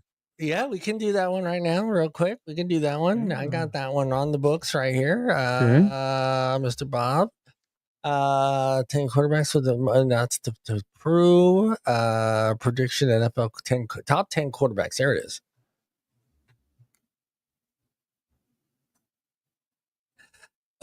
Oh shit! Oh, you looked at it, huh, Bob? You took a look at it. Oh, he's scrolling it right in front of my face. Oh yeah, okay, yeah. So Ray, number 10, top 10 quarterbacks for this year coming up. Number 10, Drake May. Please. Oh man. I think Drake May is going to have a good season. It all depends on the offensive line. Yeah. If Stephon Diggs comes in and plays like he needs this to achieve greatness, I think they'll be good. Yeah. If Stephon Diggs comes in with this diva attitude and he's toxic, I think Drake May is going to have a rough time. Right. If Diggs plays as hard as he wants to be a daddy, then yeah, he might have he might have something going there. Yeah. Well, maybe put the drugs away. At number 9, Jordan Love, Green Bay Packers. Look, I like Jordan Love. I just don't think they keep needing shoving Jordan Love down our faces. You know what I'm saying? Down our throats. I think Jordan Love is inadequate. Him in the top 10 right now. Even though he's paid like he's top 10, he's not top 10. Yeah. Morgan loves him. I think this is the one that I think needs to. If he comes out and has a breakthrough career or breakthrough season, I mean, you got to put him up there. I mean, I think this is going to be year 2 under Sean Payton. I think Bo Nix is going to have a great year. Yeah, I do too. Not so great for the Raiders, but yes, he's going to have a good year. I think he's going to have a good year. I can see it going either way. You know, I can see him either doing just as good, if not a little better this year, or having a little bit of that sophomore slump. But I don't know. That's tough to say that. To put Bo Nix on the top 10 quarterbacks, that's pretty tough. This is shocking. Yeah, it is very shocking. Okay, Ray, who do you think number 7 is? Well, since you guys are asking me and you guys seem to be shocked, I don't even know. Come on. Come on, number 7. Who would you pick at number 7? Put it this way. All right. Who would you? Okay, Geno Smith. Number 7. No. Who do I think not should be? Who do you think is number 1 right now? Who do I think is the best quarterback in the league right now? Well, yes. It's Patrick Mahomes. He's number 7. Number 7, baby. Wow, shit. Oh, shit. Damn. Look, all I'm saying is, look, until they knock you off the mountaintop, okay, you're in the playoffs every year, you're going to the Super Bowl almost every year. How are you number 7? Look, every year you lose talent and you still make it to the freaking Super Bowl. Yeah. All right, every year you lose talent and still get there. All right, I'm going to sound crazy, but I'm going to play both ends of this. Do you feel that maybe he is a system quarterback? No, because he keeps losing talent every year. If he was a system quarterback with good talent, then I'd say yes. But every year he keeps losing talent, and he still goes to the Super Bowl. Okay, right. Patrick Mahomes, the starting quarterback for the New York Jets right now. Does he win 10 games? Yes. Yes, Bob's all fucking straight up. Yeah. No, honestly, that's an easy answer. I'm not gonna lie. I genuinely think you put Patrick Mahomes on the Jets, they get 10 wins. Yeah. All right. I think if you put Pat Mahomes on the Tennessee Titans right now, they make the playoffs. All right. I'll listen to you guys. Number 6. If you put them on the Raiders, they win the fucking Super Bowl. Okay. Yes, they do. Tell them, boy. They do for sure. Jesus Christ. C.J. Stroud, Houston, Texas. Man, he's like number 10. I don't think you're gonna he's put CJ, not you, but them, putting CJ ahead of over Pat Mahomes. Yes. Oh my God. Yes. What is this? I think he was drinking when he made this list. No shit. Oh, number 5, a little shocker. No, I can see. Look. I can see. All right, Matt Stafford's number 5. I can see Stafford being 5 just because of his longevity, where he's been, and what he's done. Would I put Matt Stafford ahead of Pat Mahomes? No. And I'm drinking right now, and I still wouldn't do it. Yeah. You know, who has more? I give the weapons to I give the weapons to the Rams and Stafford. But see, that's the whole deal. Yeah. Mahomes has less weapons, and he's still going to the Super Bowl. Yeah. He has less weapons. There's a quarterback that if does not come up on this list, it's maybe 1 or 2. If they do not come up on this top 10, I'm going to be a little surprised. All right. Okay, look. Before John scrolls up, okay, there's 4 quarterbacks left. And I'm going to tell you who those 4 quarterbacks are going to be according to this jackass's list. All right, go. Okay. Lamar Jackson. Josh Allen. They're going to pick Joe Burrow. They're going to pick Joe Burrow, which I could see that. And then they're going to pick Dak Prescott. Jalen Hurts or Jaden Daniels? No. All right, number 5 is Joe Burrow. Joe Burrow. Number 4 is Joe Burrow. Joe Burrow's had the best year in his career. Number 3 is the wild card because number 1 and 2 is Lamar Jackson and Josh Allen. 3. Wait. All right. Josh Allen's number 3. Okay. Josh Allen should be number 2 or number 2. Yeah. But there's no fucking way Jaden Daniels is number 2. Jaden Daniels had a good rookie year because they didn't know how to play Jaden Daniels. Yeah. Now they've got a full year of tape on him. Let Jaden Daniels have 2-3 good years before you put him in front of Pat Mahomes. Yeah. Sorry, Ray, I'm cutting you off, but no, you're good. You're good. Yeah. Any thoughts on Josh Allen and number 2, Jalen? Number 3 is Josh Allen. Number 3 is Josh, and number 2 is Jaden. So number 1 is Lamar. And number 1's got to be Lamar.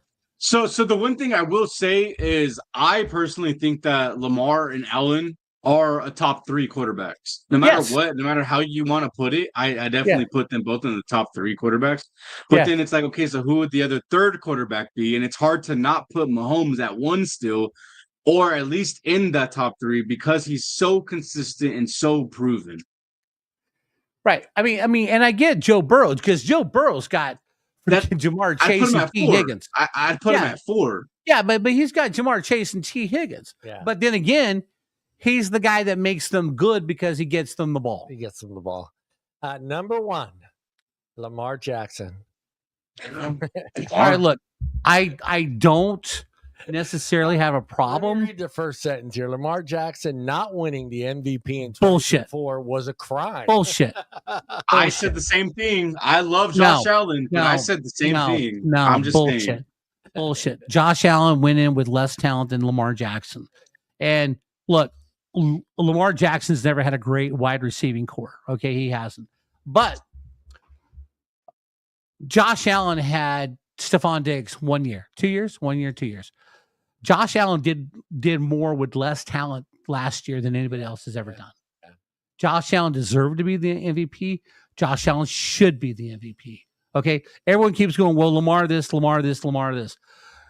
Let Lamar win a big game in the playoffs. Let Lamar get to the AFC Championship game, and let Lamar win a freaking Super Bowl because for the past 5 years, Lamar's the best. Lamar hasn't done shit, okay, once you get into the playoffs. And until somebody dethrones the king, Pat Mahomes is number 1. Yeah. Okay? Until you dethrone the king, because Mahomes had to dethrone Tom Brady. Okay? So until you can dethrone Pat Mahomes, everybody else is just second best. Yeah, because even in the years that we were talking about Brady being the GOAT, even when he didn't make it to the Super Bowl, Yeah. we still viewed him as the GOAT, even if he Right. didn't make it or even if he lost that game. Right. So you can't take away from what they've done or how consistent they are. And if you were to ask, most fans or teams or whatever, who's the quarterback that you would take if you could pick your quarterback, you're in the Super Bowl, who's your guy? Right? If you were to ask most people right now, out of all the quarterbacks, Mahomes. He has the experience. He has all that experience. Yeah, are you guys surprised Jalen's not on this list? No, because he's had a couple good years and he did win a Super Bowl, but it takes more than he's not consistent. He's not there every year, although he's been in 2 Super Bowls. Yes. Yeah. But I think what they do with Jalen Hurts is they give, look, last year, Jalen Hurts was okay. It was all about Saquon Barkley. Yeah. It was all about Saquon Barkley. Yeah, he had 2,900 yards, 18 touchdowns. It was all about Saquon Barkley. But to say that Lamar should have won MVP over Josh Allen, in my opinion, is bullshit. Because Josh Allen did more with less talent. Yeah. Okay? He did. He did. I mean, just because we all think that people think that Lamar Jackson's the best thing since sliced bread, until you get to the big show and show me what you got, you're not.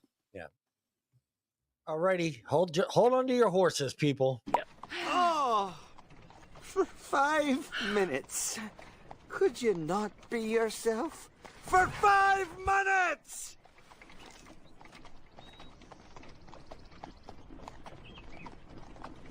Ah!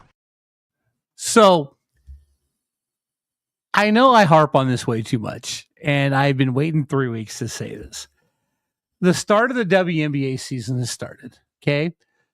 And I don't know what Angel Reese did in the offseason, but you look like an alcoholic. I know, I'm telling you, man. I'm not getting good sleep. My eyes look like, those. I know. But the bags under my eyes, I'm telling you, dude, I could pack a trip and be in Jamaica for 2 weeks with these bags. Good. Look, it's clearly obvious in the WNBA, Angel Reese did not work in the offseason hard enough to improve her game. Horrible. She's worse this year than she was last year. And Caitlin Clark is injured. She's out for 2 weeks. 2 weeks. So Angel and everyone else is like, well, Caitlin Clark's not the face of the WNBA, Paige Beckers and all these other people. So Caitlin Clark's out for 2 weeks. Now, they're going to be June 7th. They're playing the Chicago Sky in Chicago. Before Caitlin Clark got hurt, tickets were like $95. Yeah. Now they're giving tickets away and part ownership in the Sky just for people to attend the game. Okay. Yes. Caitlin Clark is still the face of the league. Now, is she the best player in the league? No, she's not. Is Asia Wilson the best player in the game? No, she's not. Nobody talks about it, but Breanna Stewart from the New York Liberty is the best player in the game. She won 4 national championships in Connecticut. She's got 4 rings in the WNBA, some with the Seattle Storm when she played with Sue Bird. But nobody ever talks about Breanna Stewart. Well, number one, she's white, and they're not going to talk about her. But I wish that the WNBA would the people, the talking heads, just look. It's okay to admit that there are white people who can play the game just as good as black players can. It was invented by a white player. Okay, Angel Reese is not that good. Canadian as well. Yeah, James Naismith, Canadian. Angel Reese is not that good. Matter of fact, they were 0-4. They benched her, and Camila Cardoso put up 23 points, and they won. Yeah. Okay. Angel Reese has no skills. She needed to work in the offseason on her layups and her rebounding and everything else. And it's clearly she was more interested in doing podcasts and walking the red carpet at the Met Gala in New York and everything like that. Okay. The WNBA, you have a great thing going. And look, so the Sky played the Fever in Indianapolis. the Fever kicked their ass, and Angel Reese made a thing. Well, Caitlin Clark's fans are racist, so she filed a thing saying that they were saying racist comments to her while she sat on the bench. WNBA did an investigation, 1 weekend investigation. They interviewed everybody. They played all the audio from the floor. Not one racial slur was brought up. You can't scream racism when you're failing. It's not a good look. Okay? Not a very good look. Stop doing it. Let the league play out the way it is and then embrace everyone who's playing. All right? I don't care if you're white, black, Mexican. It doesn't bother me what you are. Embrace the game, grow the game, but you cannot have constant racist attitudes. Well, you only like her because she's white. No, she's a great player, dude. Yeah. She's like white chocolate and Steph Curry mixed into one person. She can pass, she can shoot. All right. She's passing like Jason Williams did when he was playing pro. All right. Yeah. Just stop it. Let the game grow. The game's trying to get popularity. But when you keep throwing negativity at it because, you got to build up the black players, it's just stupid. Yeah. And I read, and getting out of the WNBA, but getting into the NBA, I read a comment today. If Michael Jordan and LeBron never played basketball, who would be the greatest player ever? Ooh, I got to go. My thoughts? Magic? No. Oh, no, Kobe maybe? No. If Kobe's... Well, Kobe was good. Kobe was great, okay? My thoughts went straight to Kareem Abdul-Jabbar because he changed the game. Yeah, Kareem. And Larry Bird. Yeah. Because if you talk to everybody in that era, in the 80s, everybody will tell you the best player ever in the 80s was Larry Bird. Even Magic Johnson said Larry Bird. Dominique Wilkins, Dr. J, all these guys you talk about, who was the greatest player ever? Larry Bird. And if you ask Larry Bird who the greatest player ever he saw play, Hakeem Olajuwon. Magic Johnson.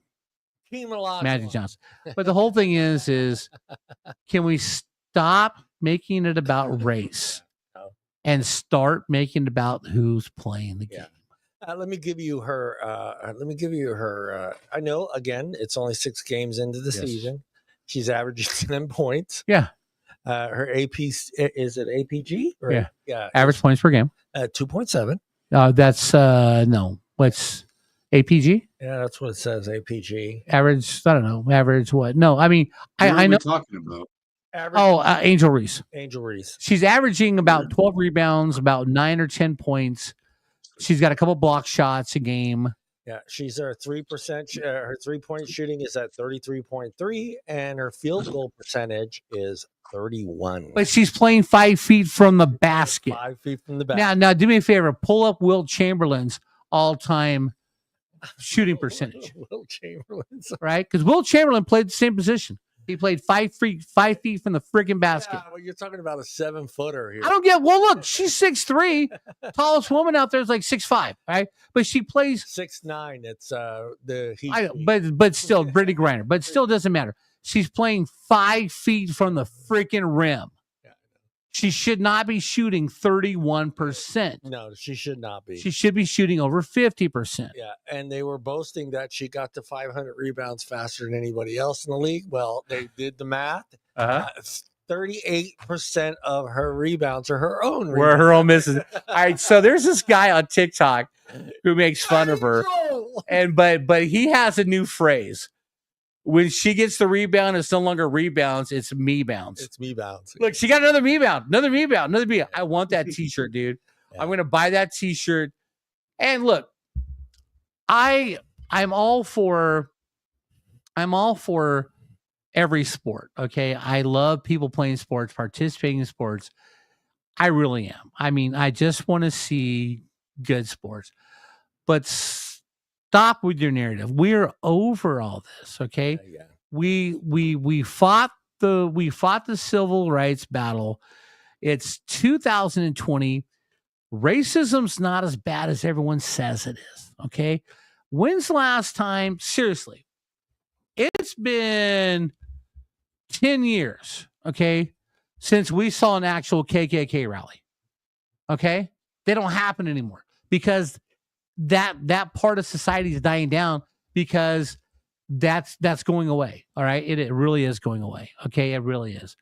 There's not as much hatred as people say there is, because we're all blended families now. Okay. I mean, we all have people of different ethnicities in our families. 2 weeks ago, I was up in Lincoln with my family. My cousins are Mexican. I love them to death. I grew up with them. I got no problems with them. 3 of them are gay. I love them to death. I got no problem with them, because we are all a blended society. Stop perpetrating that we hate each other. We don't. We love each other. Okay? But just stop it. Just tell me, you know what I mean? Because seriously, if I listened to half the bullshit people said on TV, Ray wouldn't be on the show. But they're wrong, because me and Ray get along. And it's not about the color of our skin or what our last names are.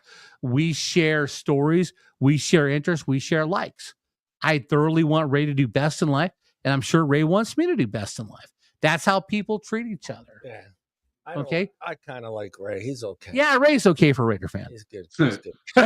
For a Raider fan, not too bad. No, but seriously, and that's my take. Let's just watch sports for sports. Yeah, I'm with you. I'm with you. I mean, it's horrible. It is. Let's just watch sports for sports. And for me, it's just like, okay, I have been watching some of the games. Yeah. And for me, she has no. It's almost like she's never played basketball. While Thank I you. watch her. Thank you. I mean, not just her shooting, but her layups. Half the time she's just throwing it up there. She's not even looking at the basket when Not even looking. Yeah. She's just throwing it up there. And I'm like, how did you get in the college game? Yeah. How did you get in college? Right. Who saw any? I don't know what kind of a rebounder she was in college. Right. I don't know her stats on college, and I get she's she's Well, she grew up in Maryland. She won 3 state championships in Maryland. Yeah. Her first year, she went to the University of Maryland. Yeah. Then she transferred to LSU because Maryland wasn't very good. Yeah. Okay. But, and a lot of people go, why do you watch the WNBA? Why? Because the WNBA reminds me of the basketball play that the NBA used to play. Yeah. Throw it inside. Let's work the big man, work it out, pick and roll.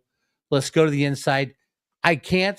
The NBA game now, people come down. You got 5 guys on the perimeter, all waiting to shoot a 3, and they're standing around waiting. Okay, they're standing around waiting. All right, and I know I bring up Larry Bird a lot. Okay, I really do. But that's I love Larry Bird. Here you go. He said the guy who defended him the best was Michael Cooper. Michael Cooper was a great defensive player. Yes, he was. So Michael Cooper would always say, I hated guarding Larry Bird because he was constantly moving. Yeah. He goes, other guys I would guard if they weren't getting the ball, they'd stand still. But Larry was always moving. Yeah. Always moving. So he was tough to guard because he was always in motion. Like Steph Curry. Steph Curry's always in motion because eventually he knows he might have to get the ball. Yeah. But I like the WNBA game because they play right now how the old NBA used to play. Yeah. Inside, you got to have big man play and stuff like that. Other than that, though, look, Caitlin Clark is the face of your league. Embrace it. Paige Beckers, who just got drafted number 1, she doesn't hold the same iconic stature as Caitlin because she doesn't shoot threes as well. Right. Yeah. And she's more of a whatever. She's more to passing the ball and stuff. But Angel Reese is horrible, and stop promoting her. Yeah. There's other girls in the league who are a lot better than Angel Reese. Yeah. I think right now she ranks as number 81st in the league. Yeah. But anyway, I digress. Let's quick go through this, and then we got to head on out. Right. I just saw this, and I figured we'd go through this a little bit with Jalen Hurts and Brock Purdy. We know the ass whooping the Niners gave the Eagles. Yes. What about the ass whooping the Eagles gave the Niners back in the playoffs? I know. 32 and 31 average, 34, 31. QB rating, we got 23 and 9 and 18 and 13. Right. Completion 66.7 to 67.6. Passing yardage, of course, that's gonna be a lot different because you got a great running. Well, Right. he had a great running back too as well. Yep. Purdy when he wasn't hurt. Christian McCaffrey, When he wasn't hurt. Christian McCaffrey. Average yardage per pass, he's got him beat there 9.1 to his 7.5. 262 to 211. 41 passing touchdowns to 51. Mm-hmm. Got him there. Interceptions 20 to 23. Rating 95 to 104. Mm-hmm. Rushing, which was a surprise. He didn't run a lot last year, though. He didn't, did he? No, he didn't. No. I think they said, "Hey, stay in the pocket. Don't get fucking hurt, please." Yeah. All right. So real quick, I know we're almost on the show. Yeah. Jalen Hurts has 29 touchdowns because of the tush push. Yeah. They voted to outlaw that, and then there wasn't enough owners who wanted to outlaw it because there was like 12 holdovers who want the tush push. Yeah. Someone's going to get hurt. Yeah, somebody is going to get hurt. Someone's going to get hurt. Yeah. And then they're going to go, "Oh, my bad." Yeah. All right, guys, we are done. We are finished. Our show is done. We accomplished what we wanted to accomplish today. We got the Rams. I think I got the Rams winning 13 or 14 games. I am 13 and 4. Anything you want to touch on before we head on out, Ray? Did you want to do the do the Ice Cube thing real quick, or did you look at that article or no? Oh no, it's okay. All right. Hey Ray, I owe you $1. I owe you $1. Yeah, let's go. Come on. I owe you $1. I'll leave it in your box. I'll leave it in the box. I'll leave it in the box. Hell yeah. He showed up. Not much you can buy for $1 anymore, but you know. Hey, I can get like, honestly, I can get like half of my candy bar right there. There you go. We are out of here. We'll see everybody next week. Jason, Angel Reese. Angel Reese is an idiot. Yeah, we knew that. Yeah, exactly. We knew that. That's it. We'll see everybody next week. We'll have a little baseball talk next week. Yeah, a little baseball talk. A little baseball talk. Dodgers. Giants. Dodgers. Right? Dodgers. Okay. Giants. All right. Giants. All right, cool. Giants. Third place, 4 games back. You sons of bitches, look into the camera and say goodbye. Goodbye, America. Bye, everybody. And Ray.